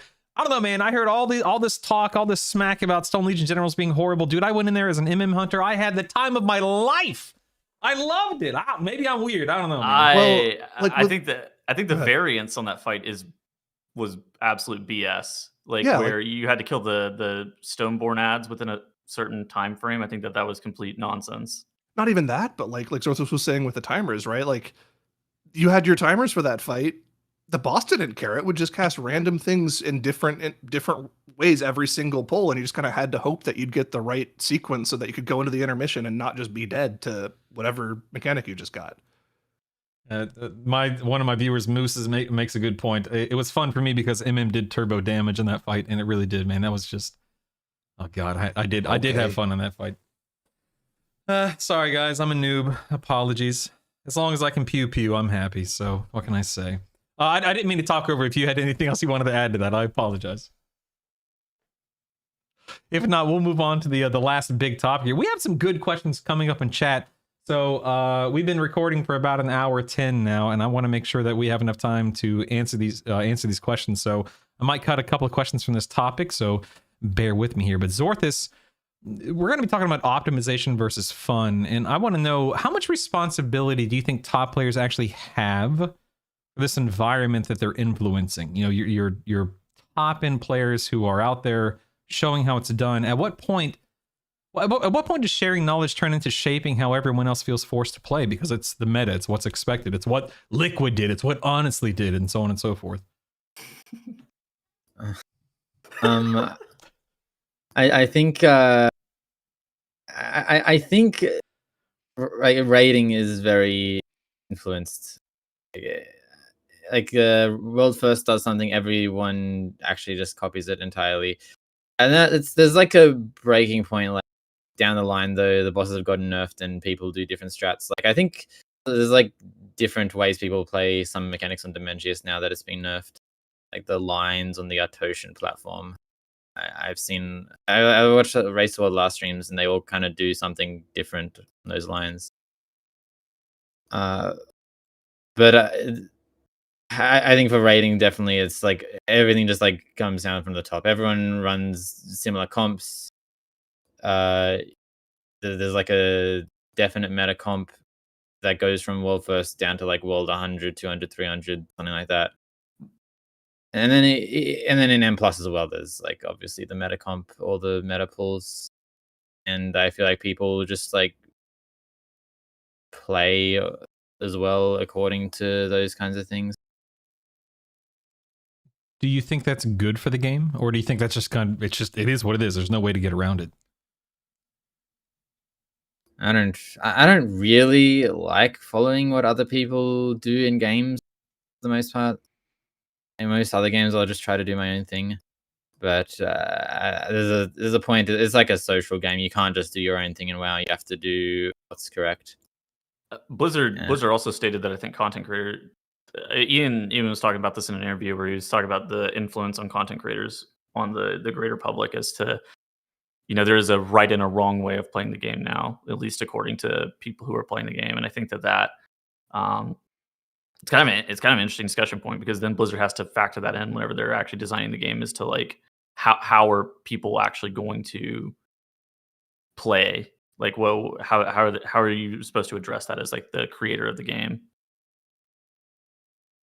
I mean, that kind of ties into my next question in a way. Titles like how like are there forms of optimization that feel healthy and engaging versus ones that are like corrosive to enjoyment? And if so, like what separates the two there? It's hard to really explain like what separates the two. Like I will say yes, there is a I have optimized the fun out of the game. Certainly, I actually think that's something. I think a really good example of this is I enjoy whenever I'm actually trying things or playing the game. What I really don't like and I wouldn't actually mind if this went away, but I actually don't like Sims. I think Sims suck. Like I feel very strongly about Sims, and I feel like that's optimizing the fun out of the game in a way that if you didn't have Sims, what would the process of playing the game look like? You would just go through, you would try things, you would test things. You would probably come to the same conclusions that the Sims did, right, in terms of builds and whatnot. And you would read guides and like read, like as an end user, you would like probably still read guides and whatnot. But at the same time, it's not backed by like 100% certainty that this is going to be the correct build. This is going to be the best piece of gear because you don't actually have that information. And I do think that Sims, I do think there is a way that players over optimize the fun out of the game. And I think that us as World of Warcraft players, we try to take the path of least resistance if at all possible. And that does lead us down the path of, sometimes we optimize the fun out of things a little bit. Well, okay, so it's ironic to tack onto that. At what point does optimization stop adding fun and start replacing it? And has there been a tipping point for you that you've endured or experienced? See, I'm a problem for this question because I love optimization. I will take every little point of advantage I will possibly get just to have whatever advantage over everyone else I can possibly get. But I do agree with the things Settles was saying, right? Like there is a certain breaking point where it might be too much for most people. And honestly, like, I don't know if it's Sims that are the problem in particular, because SimCraft back in the day was actually kind of a pain to get up and running and like do proper Sims on yourself. I think it's kind of Raidbots' fault for making it more easily accessible to everyone by putting it on a website that you can just put your info in and press the button on. You had to go through this weird download process, go through a whole bunch of options in a program to make SimCraft work before. Ease of access definitely made it a little more crazy. But no, personally, I don't think there's ever been a tipping point for me when it comes to optimization. I just love it. Was there one for you, Tettles? You said you stepped away for Sod, is that right? Or I'm sorry, not after Sod, but after Abris? Oh, I mean, that was like I was rating in Vesper at the time, and we were doing three character splits and stuff like that, and that shit was just running me out a little bit more than anything else. I think a good example. Oh, go ahead, Sarthis, if you had something to say. Well, I think the optimization feels bad when you're doing something that doesn't feel right for like a rotation or something. Like if you're like overcapping resources and it doesn't feel like it's something that you should be doing, then it kind of does feel bad. Mm-hmm. Like just munching a proc or something, or just ignoring something. That's like the point where I think optimization can be bad. It's not bad every time. Like sometimes capping resources makes a class more interesting, but it's on a case by case basis. I do think that like splits are a good example of like optimization can go too far. Like I think that splits are, I don't know if you guys necessarily hate them. I strongly do not like splits. Like I feel pretty strongly that splits are not very fun.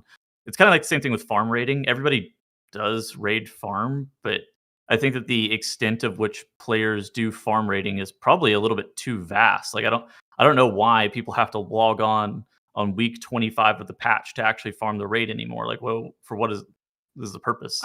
I mean, I think some of that boils down to just keeping a guild together and keeping that social component intact. But I don't want to speak out of turn. Zorthis, do you have a response to that as a raid leader?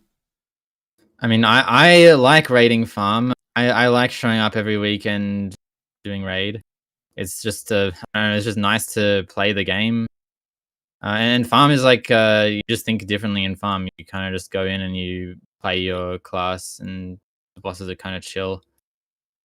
I do think it depends on the scale, though, right? Like some of these raids have been so difficult to farm. I mean, I think recently they've been doing a better job of giving you like deep farm level feel with the renown tracks and the turbo boost gear. But like for a while there, dude, it was like you farming Razagath, holy shit. Like that is like a 10, 15 pull farm boss, and you're just like, this is the devil. And you had to kill Brood Twister before that. And you're just like, oh man, please. I just want out.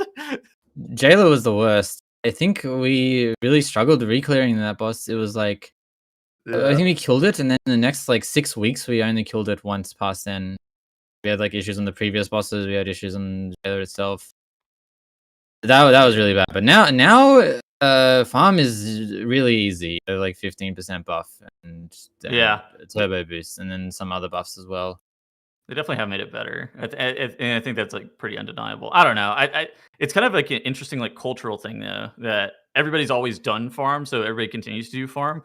But if you look at any other video game, after you would finish progression, why would you go back and do farm over and over again? It's kind of like a weird thing if you really step back and think about it. You're like, well, yeah, I mean, I think this is I think video games don't have 20-man groups. Yeah, the split conversation is really interesting in particular, right? Because I remember back at the very start of when splits became this huge thing, we would talk about how valuable it was to do extra splits. And like past 5 or 6 splits, the actual value you get out of every extra split is increasingly lower. Like we're talking literally like single-digit percentage increases on individual raiders in your raid at that point. And also it's just subject to RNG of the right gear dropping in your particular split. But the problem is, like, especially when you have heroic weeks where your time spent doesn't matter, you're just going to do as many as you possibly can in the week, especially now that they can do like 3 or 4 splits at the same time using community members to fill out their raids. The top end guilds are going to do as much as they possibly can. That's definitely an optimization that has probably gotten a little too out of hand, particularly for the Race to World First guilds. But another one that I wanted to bring up, and I saw this in chat as well, is Augmentation Evoker in its current form. Having to have somebody outside of the raid spreadsheet out when you're going to be buffing every single person on every single cast of Ebonite, and then having that pop up on your week auras as a timeline reminder, and like highlighting their bars saying you're buffing this person now and this person now. That's not healthy for the game, and that I guess there's a reason they're reworking on augmentation for Midnight. Yeah, I think all of this, kind of circling back to what Kettles, was communicating and whatnot, is it's a really good example of, like, you're not going to please everybody because everyone has different wants, desires, expectations. Like some people like farm, some people don't. Some people like, getting pushed to the limits. Some people don't. Some people like optimizing. Some people don't. I mean, we could list off a million different examples, but yeah. Like Tettles said, I'm glad I'm not a raid designer or class designer or anything designer, because I would probably be hated in the community with my ideas or lack thereof. So whatever. Zorthis, do you think that high end play has unintentionally raised baseline expectations in a way that made the game harder or less forgiving for your average players and groups? And if so, was that outcome avoidable, inevitable?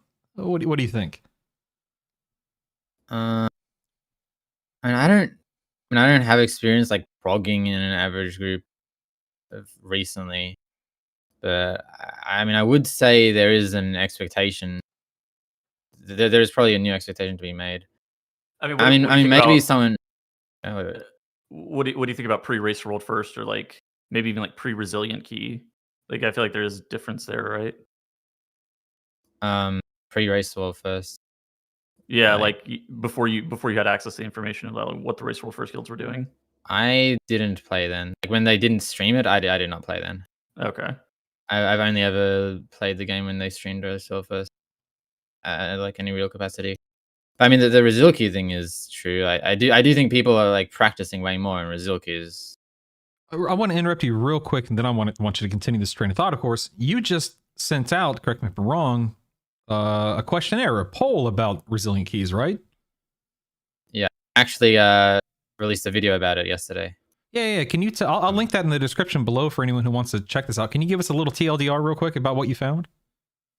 I think Resil keys are something that's like very good for people doing like mid-range keys, like 13 to 17, and then for people who are doing higher keys like 19 to 22, there are like a huge amount of different issues. There are numerous issues about Resil, and it's like a really weird topic because you have like thoughts of the general player base likes Resil, but then at the same time the general player base also wants more than Resil. Like the depletion as a whole is just like a really like weird obstacle when you're pugging. But it kind of, if it didn't exist on like the very high keys, things would just like get really stale and degenerate, and it wouldn't really be fun to play the game.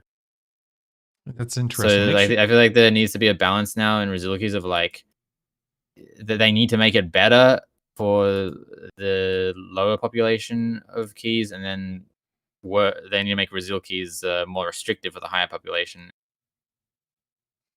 Make sure you guys go check out that video. It was just linked in Twitch chat for anyone who's watching this live. And again, I'll have a link to his video. And again, everyone's YouTube and everything will be in the description. But go check out that video. I'll be interested to watch that after the show today. I'm sorry if did I interrupt anyone? Did anyone have anything they wanted to tack on before I move on to the next question? Want to make sure. All right, cool. Tettles, I want to know. Do you feel like there are any systems in the game right now that you can think of that you have gripes with that feel mandatory but not meaningful? In what makes something feel required without feeling rewarding? Mandatory. I mean, I think that I think gearing and stats have actually gotten to the point where it's been feeling a little bit weird. Obviously, gearing is mandatory to a point. You have to make your character more powerful to be able to complete the content that you're looking to do.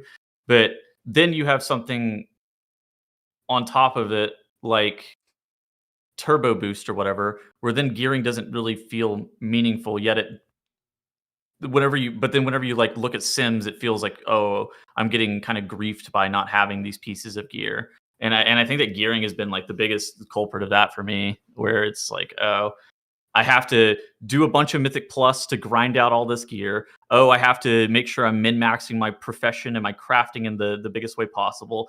I have to then carve out some time to complain on Twitter about how hard mode Tazvesh is, and about how I'm not going to be able to complete that, and that's ruining my gameplay experience. Then I have to carve out some more time to complain on Twitter about how Mythic Plusers are oppressed compared to Mythic Raiders.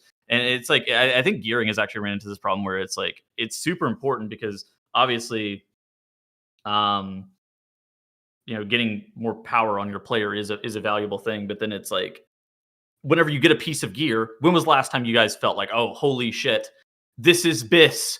I'm running around my house like, woohoo, I've got the best piece of gear I could possibly imagine. It's been a while, I'm sure, right? Like, I think for me, it was like Legion Legendaries. I remember got like a BIS Legion Legendary, and I'm like running around my college apartment. But at the same time, if Legion Legendaries came back, I'd be pretty mad. So I don't really know if there's like a good solution. You got the helm as your first one, right? No, I got bracers and then the reverse execute belt. But those were both damage increase. Those are both good. They weren't Sephuz or Prydas, so you were happy. Yeah, I was not running into but at the same time, it's like now gear, it all kind of feels the same. Everybody's got their force set. So thus nobody gets their force set early on. Although, if you look back at Sepulchre, people who got their force set early on probably felt pretty good. But then the people who didn't, they were apathetic and they were like, why play the game? So it's kind of a weird. I think that to me is probably the biggest example of that from like personal experience. I don't know how Blizzard would even begin to fix it, because it's kind of like the I understand why they curbed it back a bunch, because whenever you have stuff that's like super polarizing like that, the people who don't have it, you're worried about them just completely quitting on you. Like Fyrakk Legendary, I think, is a good example of that. They added BLP to it, but I remember I had a friend who was just like, why log in? Why play? I don't have the Legendary. And it's just like, I think they've gotten pretty good about making things making mandatory things actually do something for your account. I think most of the gripes that I've seen with most of the problems in the game right now are people feeling like they have to do something to get the reward from it when they don't necessarily want to, right? The biggest thing, and Tettles alluded to this a little bit, is Mythic Plusers feeling like they have to raid in order to have the best gear possible to push keys on. That's not something that I think should be a thing. I think Mythic Plusers should have some way to get gear that's better for Mythic Plus than the raid gear. I don't know, man. I feel like at some point too, you just kind of have to play. You have to worry about BS a little bit less, and you just have to worry about playing more. No, but should Mythic Plusers? I mean, that's kind of the point. Obviously, should people who only care about and want to engage in Mythic Plus field Like they have to raid as well to get. I mean, that is the point you're making, right, Zyronic? Yeah, exactly. And it goes both ways. Like raiders also have to Right. do Mythic Plus for gear at the start of the expansion, at the start of every tier, rather. I mean, I don't know. I personally don't have a problem with it, but I know that there are people who would rather just sit in Mythic Plus all day and don't want to bother with raiding. And that's just, something that they'll have to deal with until Blizzard comes up with a solution for it, or they don't. If they In even do. my eyes, at the end of the day, it's like an MMO game, and I feel like you should be rewarded for doing different things. I think the question is just like how much. Is it too much right now? Yeah. Also, on the mandatory but not meaningful, I think that the most literal interpretation of that is embellishments. Those are mandatory right now. You do need to have 2 embellishments on because it's just better. But they also provide such insignificant DPS that you would barely notice if you didn't have them. Like the choice between embellishments is irrelevant. You just run any of the embellishments that aren't completely terrible and probably just do the same damage. But you still need to have the 2 crafted items that's locking up 2 gear slots. So It's always like the same gear slots as well. what even happened with crafted gear that it got to this point, right? Like, because even though everyone kind of ran the same things back in Dragonflight, at least they were cool, right? Like Elemental Lariat was actually a pretty big DPS increase in the first tier, and then Spore Cloak in the second tier was actually like really good for Mythic Plus and just good defensive value. And then after that, they were like, now let's just make everyone use baseline Well, they stat stopped- ones that aren't that good. They stopped innovating. Like, I mean, I think it's one of those things that, like, if you just leave us with the exact same systems, even if those were good systems, it's not very cool. It's kind of like Faded. The reason that Faded wasn't cool the second time. It's kind of like Turbo Boost. The reason that Turbo Boost wasn't cool the second time. If you just give us the same thing over and over again, we're just not going to be super engaged. Unless you play Classic, which in that case, you're super stoked for TBC to come out the 3rd time or whatever it is. Dude, Classic Fresh is going to really That save chest. They did make embellishments stop scaling. They don't scale with high level anymore. Yeah, I That's mean, true. Blue That Silk and is Lining something. scaled with item level on your piece, but now these current ones don't. But I think it's more just like all of your gear slots are locked up. But I think the bigger issue with gearing is that it's solved. Like, you know what to do. You know that you're supposed to, as a caster, you're supposed to save 2 of your sparks and craft a 2-hander. And you're as a rogue, you're supposed to always craft a dagger first. And this is like, and I think that knowing what to do and it being solved is a problem. And I hate the weapon crafting so much. It's so bad that weapon drops, you get an early weapon drop, you're sad now. yeah, Like, you used to be really happy if you got a staff from your first vault or something. Now you get a weapon and it's like, oh, I've already crafted one. dude, I got the heroic staff off of gosh, what's that boss? I want to call him Soulbinder, but I don't think Yeah, that's his Soulbinder. name. Okay, yeah, That is Soulbinder. his name. During Heroic Week, I got that staff, and I was like, "Wow, this is sick." And then I start looking at the Sims, and I'm like, "I'm still supposed to craft a weapon? Like, what is this? Like, why?" Oh, that's pretty dumb. We have a couple of questions left in this topic, and we're going to do viewer questions, and we'll get you guys out of here. Thank you so much for being here today. Zyronic, I'm going to throw this next one to you. We've been talking about this a lot, so feel free to tack on any more that we maybe haven't already talked about. But with all this talk about optimization and what's good and what's bad and whatnot, is it Blizzard's responsibility to protect players from over-optimization, or is that just an unavoidable byproduct of competitive play? I mean, like, where do you think that line actually sits? If it was Blizzard's job to prevent players from optimizing, the game would be unbelievably boring. Like, no spec would have any nuance. There would be nothing to solve in the game. Everything would be pre-solved for you. So I don't think that's really personally something that they would they would worry about. I think the only thing that they can do is do a better job balancing. And we talked about this a little bit earlier, right? Like, when it comes to like optimizing around like a raid comp or a Mythic Plus comp, class balance is really important for that. And we talked about this a little bit earlier. Like, they've actually gotten a lot better about class balancing. There aren't really that many outliers on the top end or low end. They've really kind of squeezed everything together, and it really comes down to just who happens to be on the top side of tuning for Race to World First guilds. I think that they've done most of what they can do on that front. Zorthus, do you think that most players today are actually playing the game that Blizzard has designed, or do you think that a lot of the choices, the game itself, how we are engaging with it has been shaped by guides and logs and tier lists and community expectations and so on and so on? And like, how wide does that gap feel right now?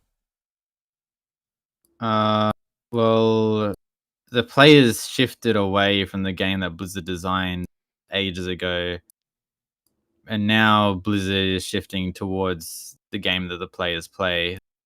I think Blizzard is now designing the game for the way the players are playing it. Back in like Shadowlands, they weren't. Like Covenants, for example, is something that Blizzard designed, and the players were not playing that game. But I think they learned from that, and they are like definitely designing around the game that we play now. Like they're putting a lot more effort into M+.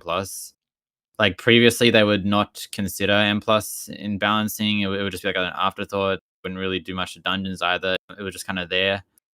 Over this expansion, they've become a lot more in tune to balancing around it.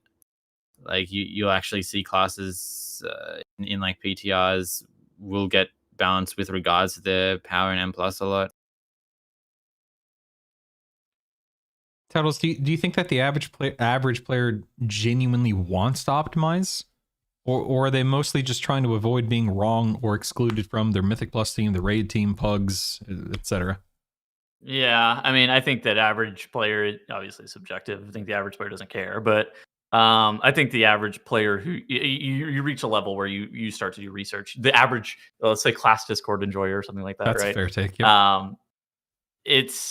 I think that realistically, the thing that you're trying to do the most is just like not hold your group back.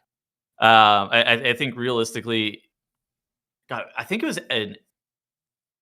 was a video that came out and it talked about why it's impolite to suck at World of Warcraft. I think that was maybe the title of the video.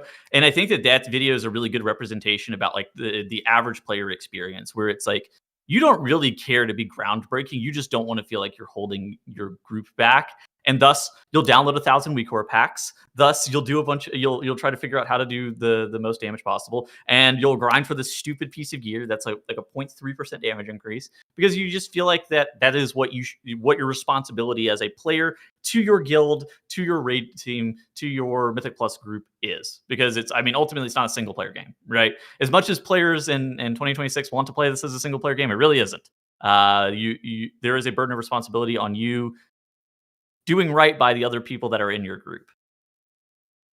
Yeah, that's an awesome. If you guys don't have any clue what that video is, it's a really well made video. It's like an hour or two long, and it's really well made. The gentleman makes a lot of good points. I might actually wind up linking that in my description now that you brought it up.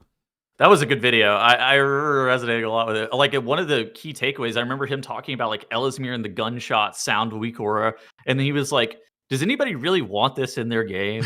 And the answer is no. Nobody wants that in their game. And it's like, why do you have it? It's unequivocally powerful, right? And I think that's kind of the point that he was making. It's like, the reason that players use it isn't for themselves, because it is really annoying. It's Zyra was saying earlier about turning off the TTS on the WeakAura packs.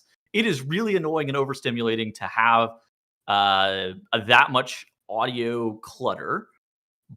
But would I rather have audio clutter, or would I rather be the reason that my guild wiped? And it's just like, I think I'd rather have the audio clutter.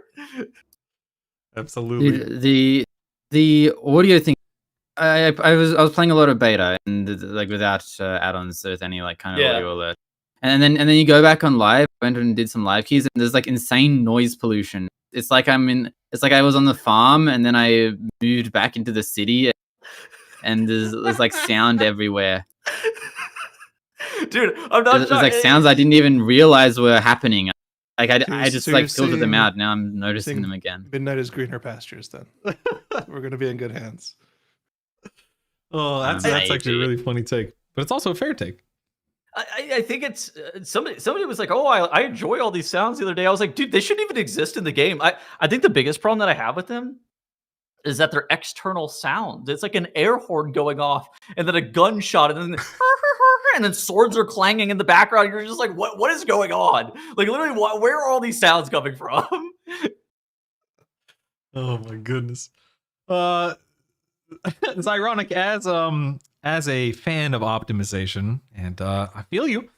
Has optimization quietly become the real end game of WoW more than raiding and Mythic Plus? And if that's kind of how you see it, is that healthy for the game? Like, I like it. You like it, but I mean, at what point is enough enough?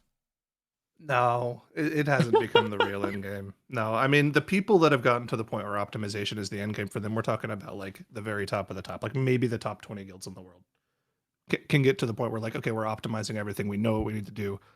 We're literally trying to squeeze every single drop of juice we can out of our specs to play the game.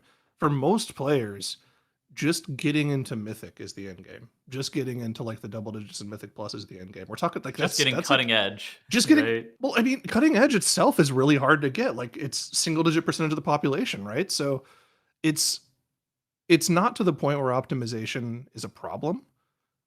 It's a problem specifically for the people that get there, maybe.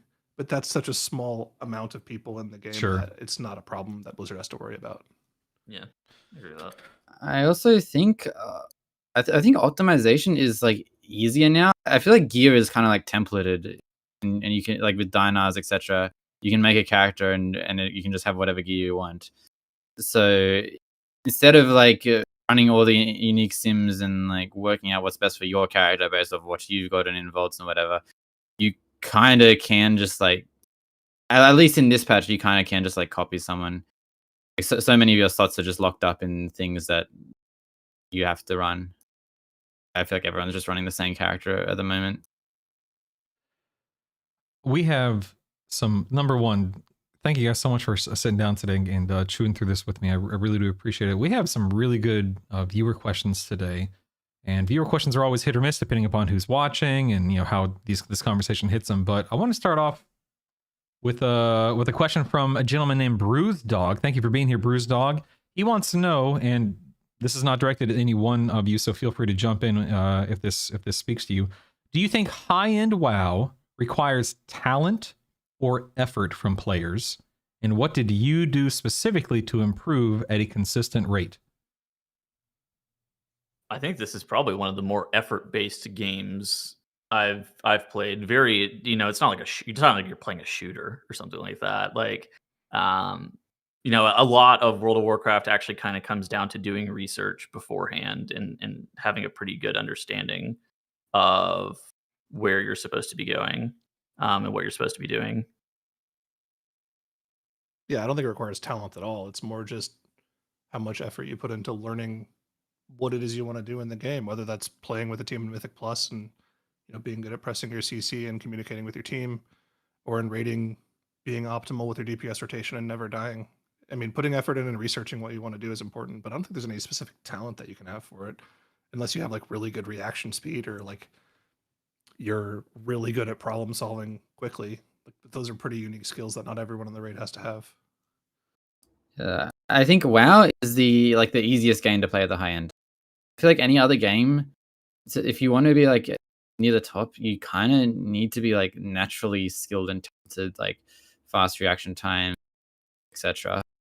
I feel like in WoW you can kind of just make up for it by just being there and reliable and just taking things seriously.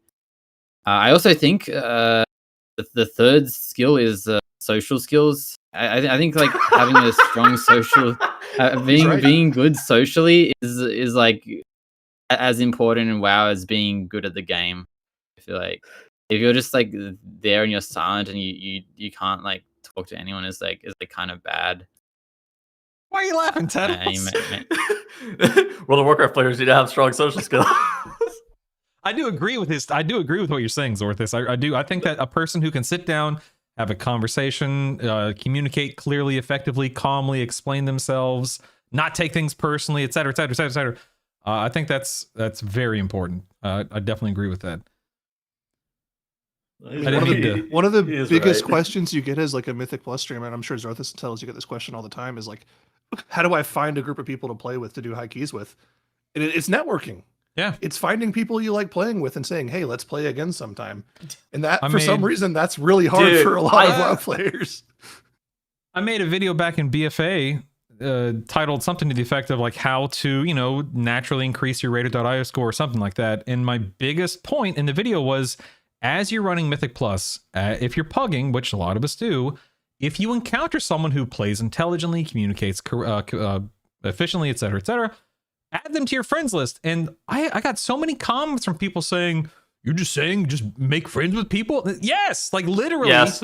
Yes, that is one of the easiest ways to consistently improve at Mythic Plus is to play with the same people and play with people who you align with in terms of goals. And I don't even, I'm monologuing at this point in time, but yes.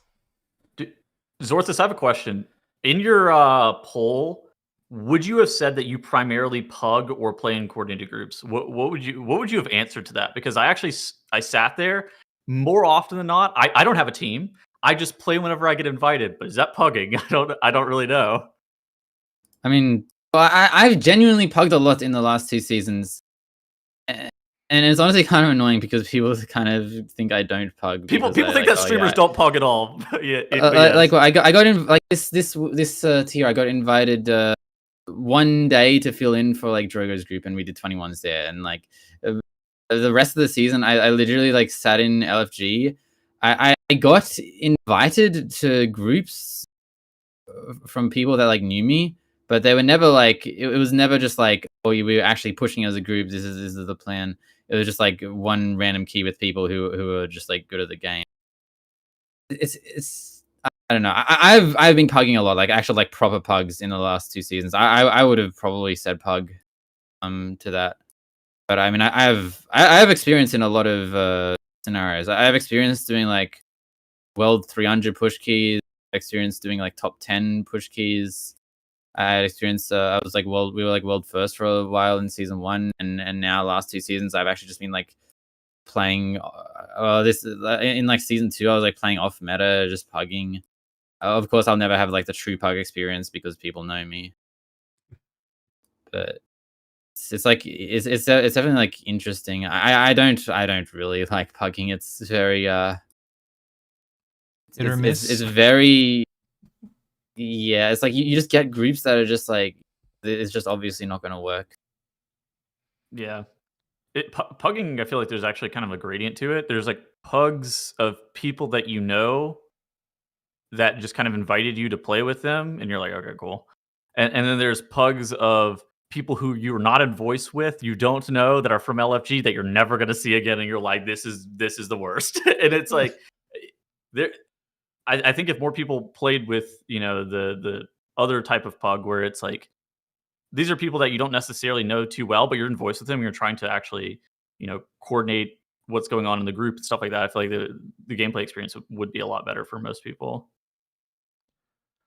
The next question comes from Fang Bosson. He asks, with the pruning of abilities and cooldowns, will the single button assistant, the rotational assistant, one button stuff, will that allow mid-tier players to progress higher in Midnight? Asking for a friend. Does it still have like the? I haven't paid attention to this at all. Actually, going into Midnight, does it still have like the GCD lock on it that makes your GCD longer when you use it? I think so. Yeah. Depends on what you define as mid. If we're talking like heroic to early mythic, yeah, probably. But for high-end mythic progression, I don't think that's really a viable way to play the game. Agreed. Yeah. I think it's jumping on an alt. I think it's a fantastic tool to get your feet wet, to get in there and acclimate, right? But there comes a certain point in time to where you just need to learn your rotation. If you're trying to progress and move on from whatever, you definitely want to learn your rotation, of course. Were you going to say something, Tables? I think you can get the rank 1 title or getting cutting edge with the 1-button rotation. I don't think that people will use it because it's broadly speaking via the community pretty frowned upon to be using stuff like the OBR and whatnot. But I actually think it's quite powerful just in terms of like a tool. Wait, you said you think you can get the 0.1% title with 1-button rotation? People are bad at this game. I think that people don't really understand the scope of how bad players are at WoW sometimes. I think it's a hot take. I mean, title that's up there, man. I'm not saying you can't do well. Like I use a 1-button rotation on a Mistweaver in like a +12 and it's fine. A 0.1 for that's hot. That I don't know, man. I don't know if I agree with that. I mean, if you look at it, you have to do like 1.7 key levels below maximum on average at the moment. Usually it's actually easier, but now you have to do like 1.7 key levels below the maximum for rank 1 title. So if one person in your group is taking like a 20 to 30% DPS loss, It's You're- 15 to 25 ish, depending on yeah. spec. So you're only losing like at most 10% DPS. Like it's like theoretically your damage is still going to be fine if like one guy is in the group using the one button rotation. Maybe if the entire group was, probably possible. Yeah, the problem then It- is going to go back to the previous question where how good are your social skills? Can you get a group of people to carry you at that point, knowing Well- that you're using the one button rotation? Technically, I don't yeah, know. you can. I think the one button rotation is actually pretty good. I did a video last season whenever the one button rotation came out, and I did one key level below a title level key in a pug, and I topped DPS in the group using the one button rotation. And it's like, all right, like, come on, it is ridiculous. But I don't know. I think that there's so much that comes down to playing World of Warcraft that's beyond just hitting your buttons Numbers, and the yeah, exactly. Like, I think that like wipe prevention in communication skills in Mythic Plus is like a way bigger deal than do you do 15% more damage unless you're playing Enhancement Shaman more than Season 1, which in that case then it matters a lot. But Yeah. that's about it. Moriarty has a really good question here. He asks, I assume it's a he or she asks, what do you feel your ideal fight length should be around when it comes to a Mythic Raid encounter? 7 minutes. I think it's like an end boss versus like mid boss kind of question, right? Like an end boss, probably 10 minutes max. I don't really like stuff that's like, I don't like 12-minute encounters personally, but yeah, if it's like a really short end boss, I think I'm not super thrilled. It's like if we strolled up and it was like a 5.5 minute end boss, I'd be kind of mad. Yeah, no, you're right. For most encounters, I think 7 is like the perfect benchmark. 6.5 to 7, because that covers all cooldowns, right? No class feels left out by that cooldown window. Yeah. But, What was Sludge yeah. Fist? Sludge Fist was like, I think it was right around that 6.5. to Was it 7 6 that the boss hit the wall and then minutes. Let me check really quick. they had like 10 seconds to cover? I mean, I think that I'm pretty like, sure it was around that 6.5 to 7 minute mark. Yeah, I think the last charge would be like 550 or something. It was like 70 seconds between the first one being at 50 seconds, something Yeah. like that. Yeah, I think that I think the patchwork fights have the ability to be kind of shorter and be okay. If it's because I think that there can run into a problem where it lacks replayability or lacks depth if it's too short. I think the correct time for a frog boss is like 6 to 8 minutes.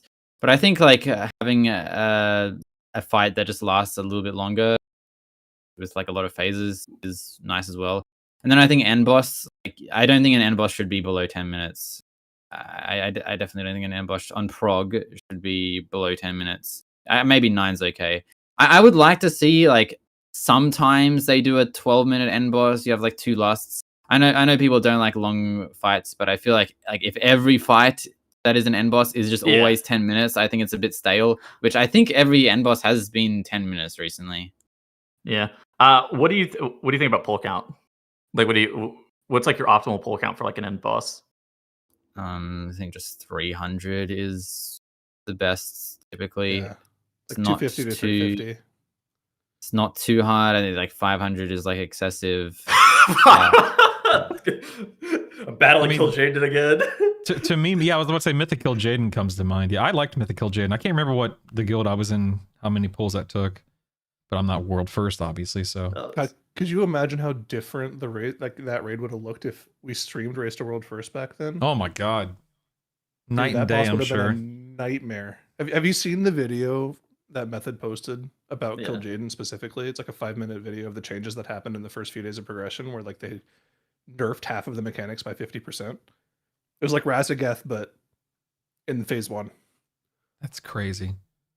I don't know if I've ever seen that video. Did that come out years ago? I assume. Yeah, it a was few years ago. 10 years ago or something. I probably did. I at watched it some like a point in month or time. two ago. I mean, I never actually played that boss, but I never played that boss, and it looks ancient. Yeah, it that, looks like I'm it watching is a different. weird. Yeah, I different mean era. that was right when WeakAura started picking up, so I'm sure things were definitely designed much differently back then. Because I think power auras was still that was at the end of MOP, is that right? When did WeakWar start really hitting mainstream? Was it WoW? WeakWars really came into their own in MOP in particular, but like guilds didn't have specific people designed to make their own WeakWars Right. until probably late Legion.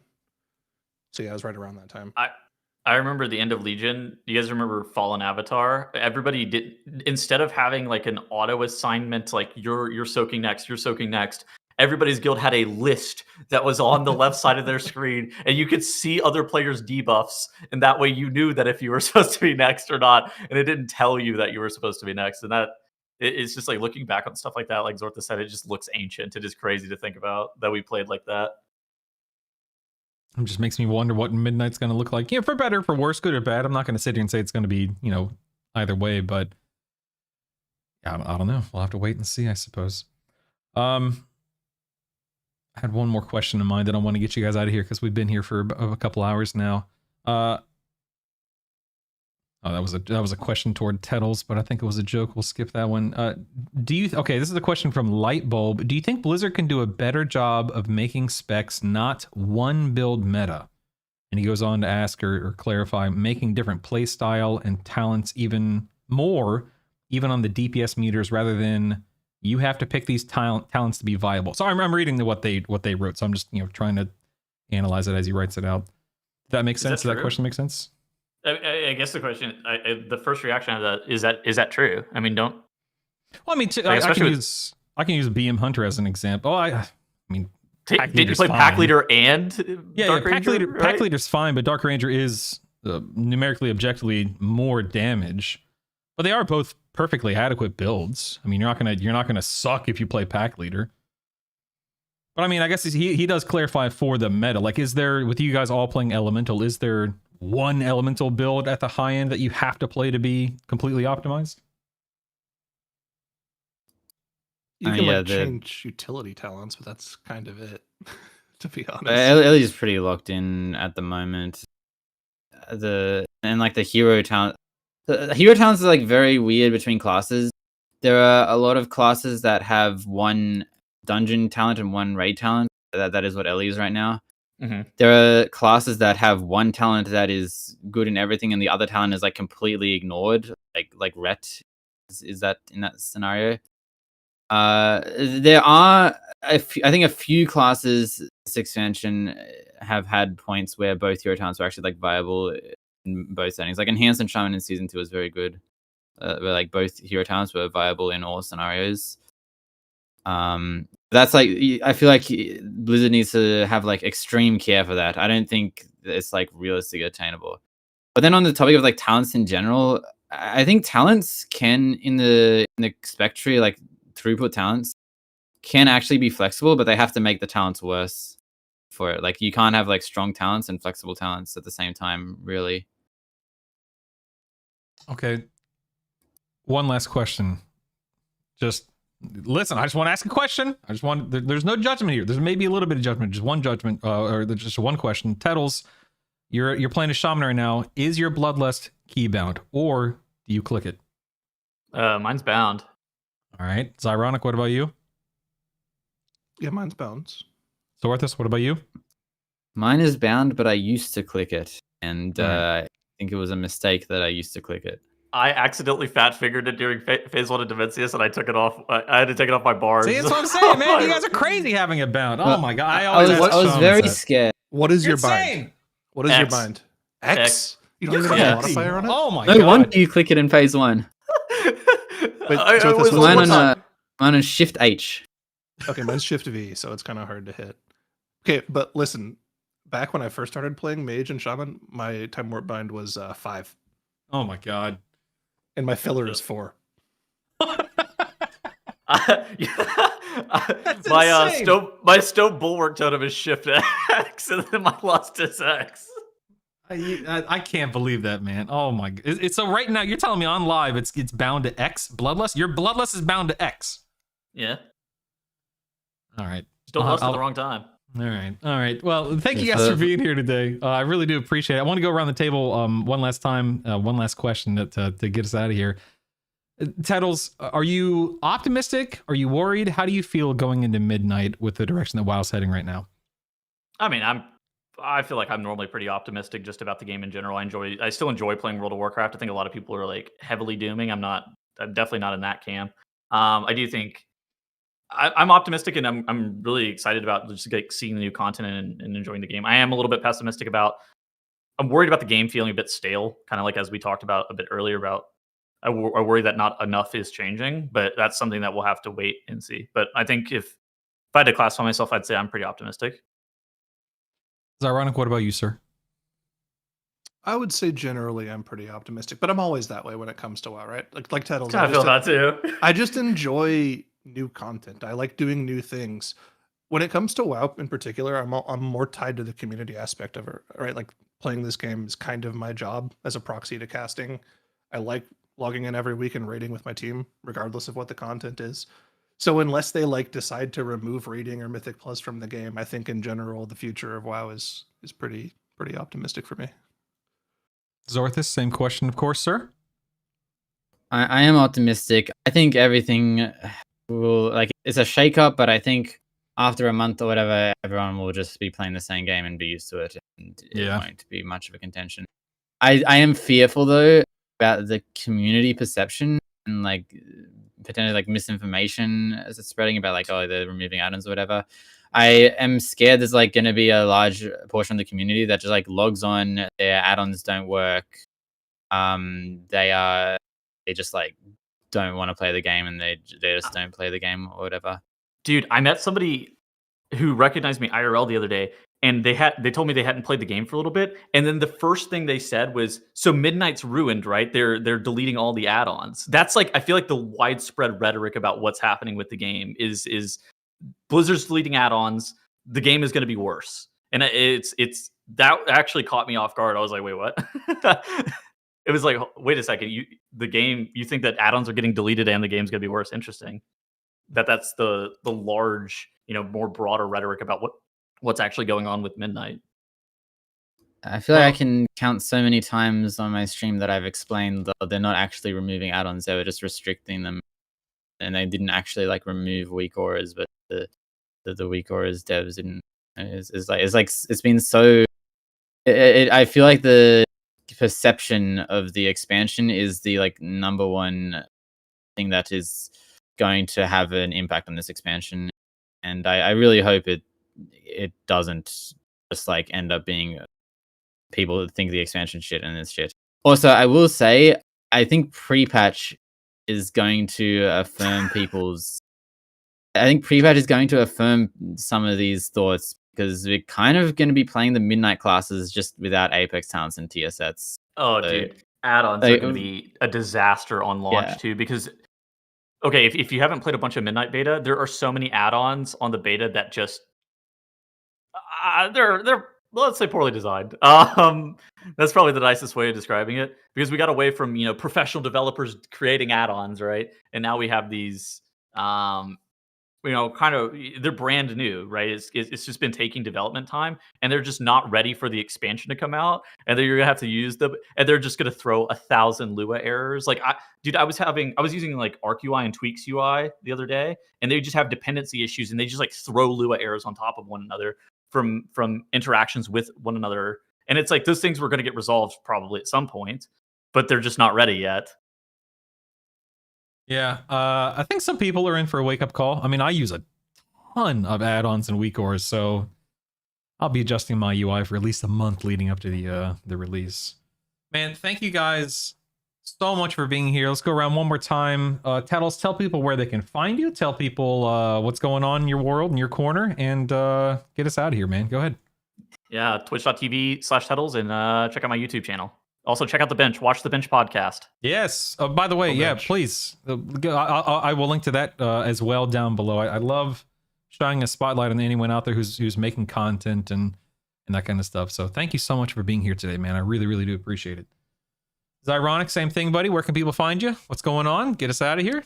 When I do make content, it's at twitch.tv/Zyronic. If you want to watch me play some TFT and occasionally play WoW. I was about to say, you were streaming earlier today, man. Yeah, a little bit. Yeah, that's pretty much it. I don't do YouTube so much, but it's just mostly Twitch. Hey, look, it's THD. What's up, THD? Hold on, he linked something. Let's see what this is here.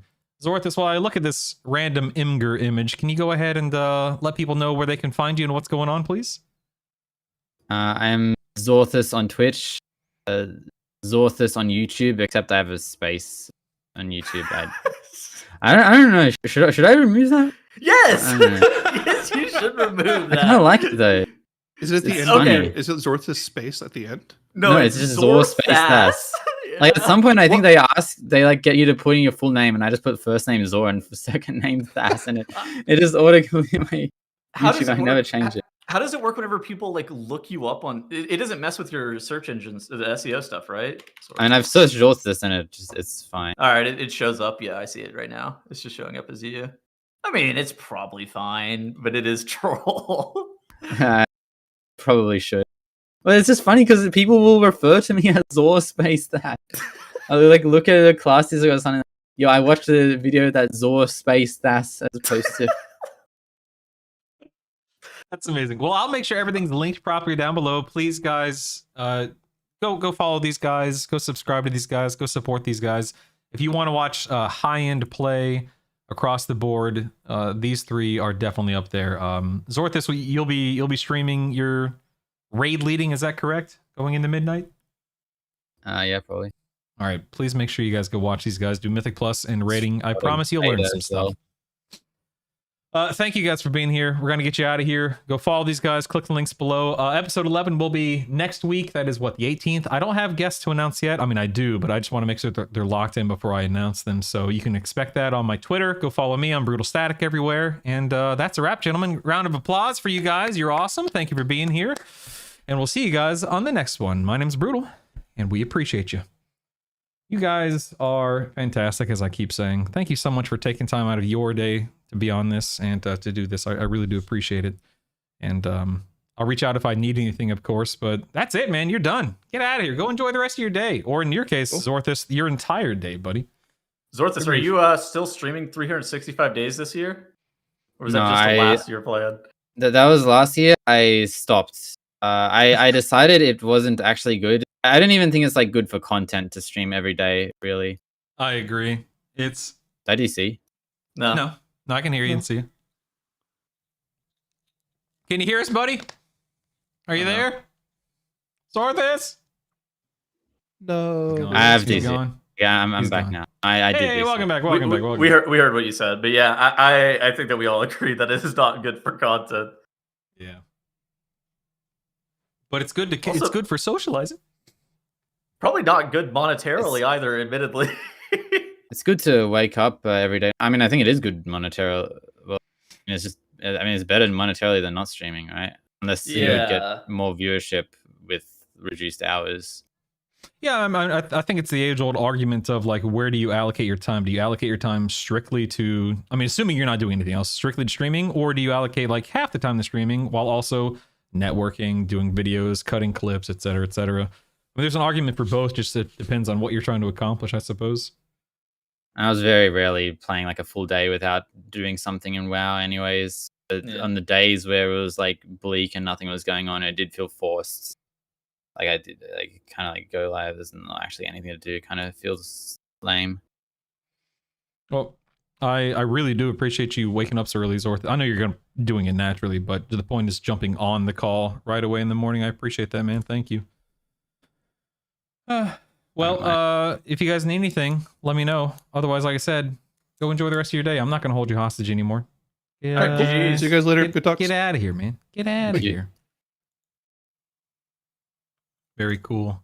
Another show in the books, ladies and gentlemen. I'm being serious. Please go follow those guys. I want to make sure that anyone who jumps on this this show and this podcast, that they feel like it's worth their time. So do me a favor, and if you haven't followed Zyronic, Tettles, or Zorthus yet, I know they're all playing Shaman right now, but in all seriousness, go show them some support and go show them some love. And they're streaming on the reg, obviously. And I know Tettles, he's on the bench. No pun intended. He's his podcast is called The Bench. That'll be linked in the description below. You can go Google that, and I'm sure someone can throw that in chat real quick. Zyronic and Tettles, they're casting MDI stuff, Race to World First. You'll see them all the time in those areas. Zorthus being a tomato, he's hard to miss, but make sure you pay attention to what Honestly is doing this coming season and tier. They're going to be a lot of fun to watch and listen into. I love Australian accents and whatnot. So those guys were extremely gracious being on here. I do, like I said, I do have guests lined up for the 18th. I don't want to say who they are yet because again, I'm waiting on one person to lock into the schedule or to the time that the show will be at. For example, I had a guest lined up for the episode we just finished a moment ago who had to pull out, and I wound up getting one of those three gentlemen to replace the individual who pulled out due to a real life requirement or real life constraint or whatever you want to call it. And that's why I don't like announcing things until I am like absolutely sure. Not that emergencies and accidents and things. For example, speaking of emergencies, for example, on Thursday, so what is that? 3 days ago, right?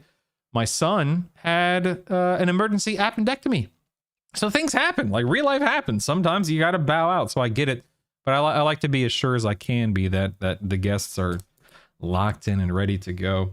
My mom taught me correctly that I'm not supposed to talk to shamans. That's true. That's true. Thank you, Druish, for linking the Bench podcast.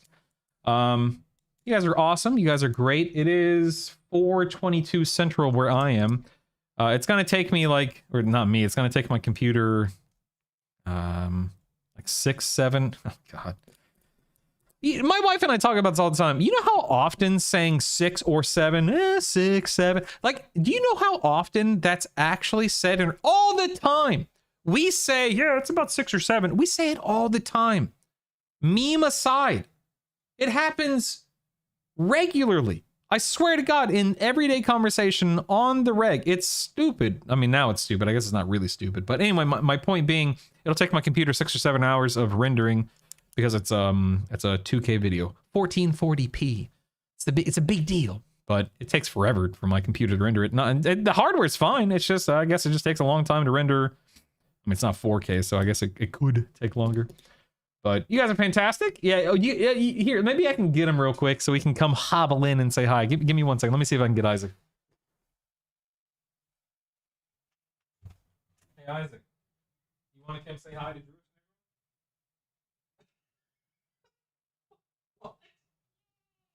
Come on, you little goof. I pop my head out. Hey, I say, hey, you want to come say hi to Drew? She's like, Isaac says, let's go. You want to say hi to Drewish? Well, the show is over, and now I'm wrapping things up. What? Play with me. Oh, play with you. Yeah, I gotta get the video rendering and everything. Anyway, scoot back. Watch your toes. I don't want to roll over any toes. Come show everyone. Not show, but hold on. Isaac gets preferential treatment. He had surgery. 6, 7. Yeah, we're talking about 6, 7. I know. All right, tell everyone how you're feeling.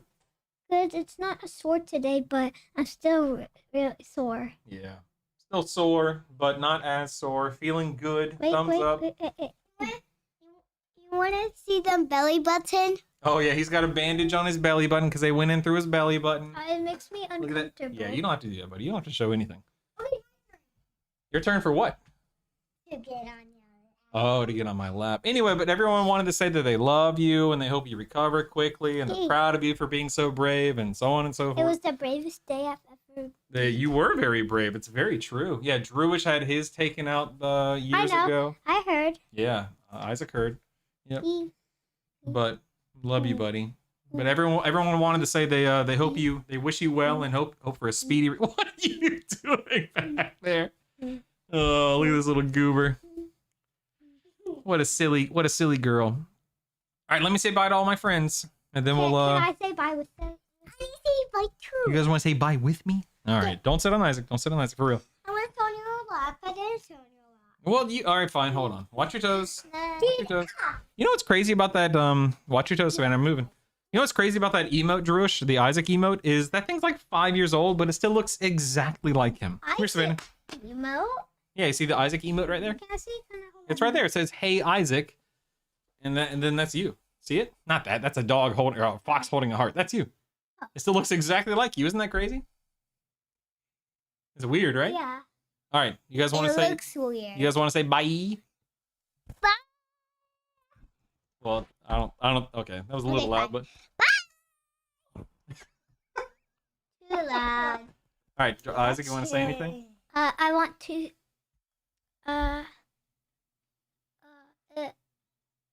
Can we do next stream? Can we play Among Us, Daddy? Ooh, Isaac wants to play Among Us with everyone. Not right now, but in general, yeah, we'll definitely do an Among Us night for real. That next what tomorrow? Maybe actually, if you're homesick tomorrow, maybe yeah, for real. Yeah. Yeah. You're in school tomorrow for me. Yeah, Savannah's got school. Don't click around, please. Don't click Oh. around. Okay. I don't want you to click the wrong thing. How did you do so? All right, say bye, everyone. Bye. Bye, everyone. Wait, Heidi, how do you do it? Get out of here. Get out of here. No, for real. I gotta wrap up. Bye, dude. Bye, Scarwin. Bye, Doc F8. I think. Yeah. Doc Fates. Bye, Jeff D. Bye, Cat. Bye, Barrett RTS. Bye, bye, Prickleberry. Bye. Play What with is me, that? Daddy. So Alright. we say Prickleberry, right? You always say Get out. with me. Nope. Shoot. Not getting out. Skedaddle. Nope. You're finished. Am remember? scrape. You're finished. I am finished, but I gotta shut everything down. Yeah, then I have to start rendering my video. You're silly. All right, love you guys. I'm gonna start. I'm gonna edit this video. Not that there's much editing to do, but gonna edit the video, get it rendering. It'll be up on YouTube tomorrow, of course. And yeah, thank you guys for being here today. I really appreciate it. Obviously. What are you doing? You're silly. I love you. And I love you guys. Thank you for being here today. My name is Brutal. Get out of here. Make sure you follow me on Twitter and Twitch and YouTube and subscribe and blah, blah, blah, blah, blah, blah, blah, blah, blah, blah. So I'll be on tomorrow at 9 a.m. Central for a regular typical stream. And like I said, the YouTube video will be live tomorrow around 11 Central or something like that. So get out of here. Love you guys. Appreciate you guys. My name is Brutal. I'll see you tomorrow, team. Have a good one. Bye.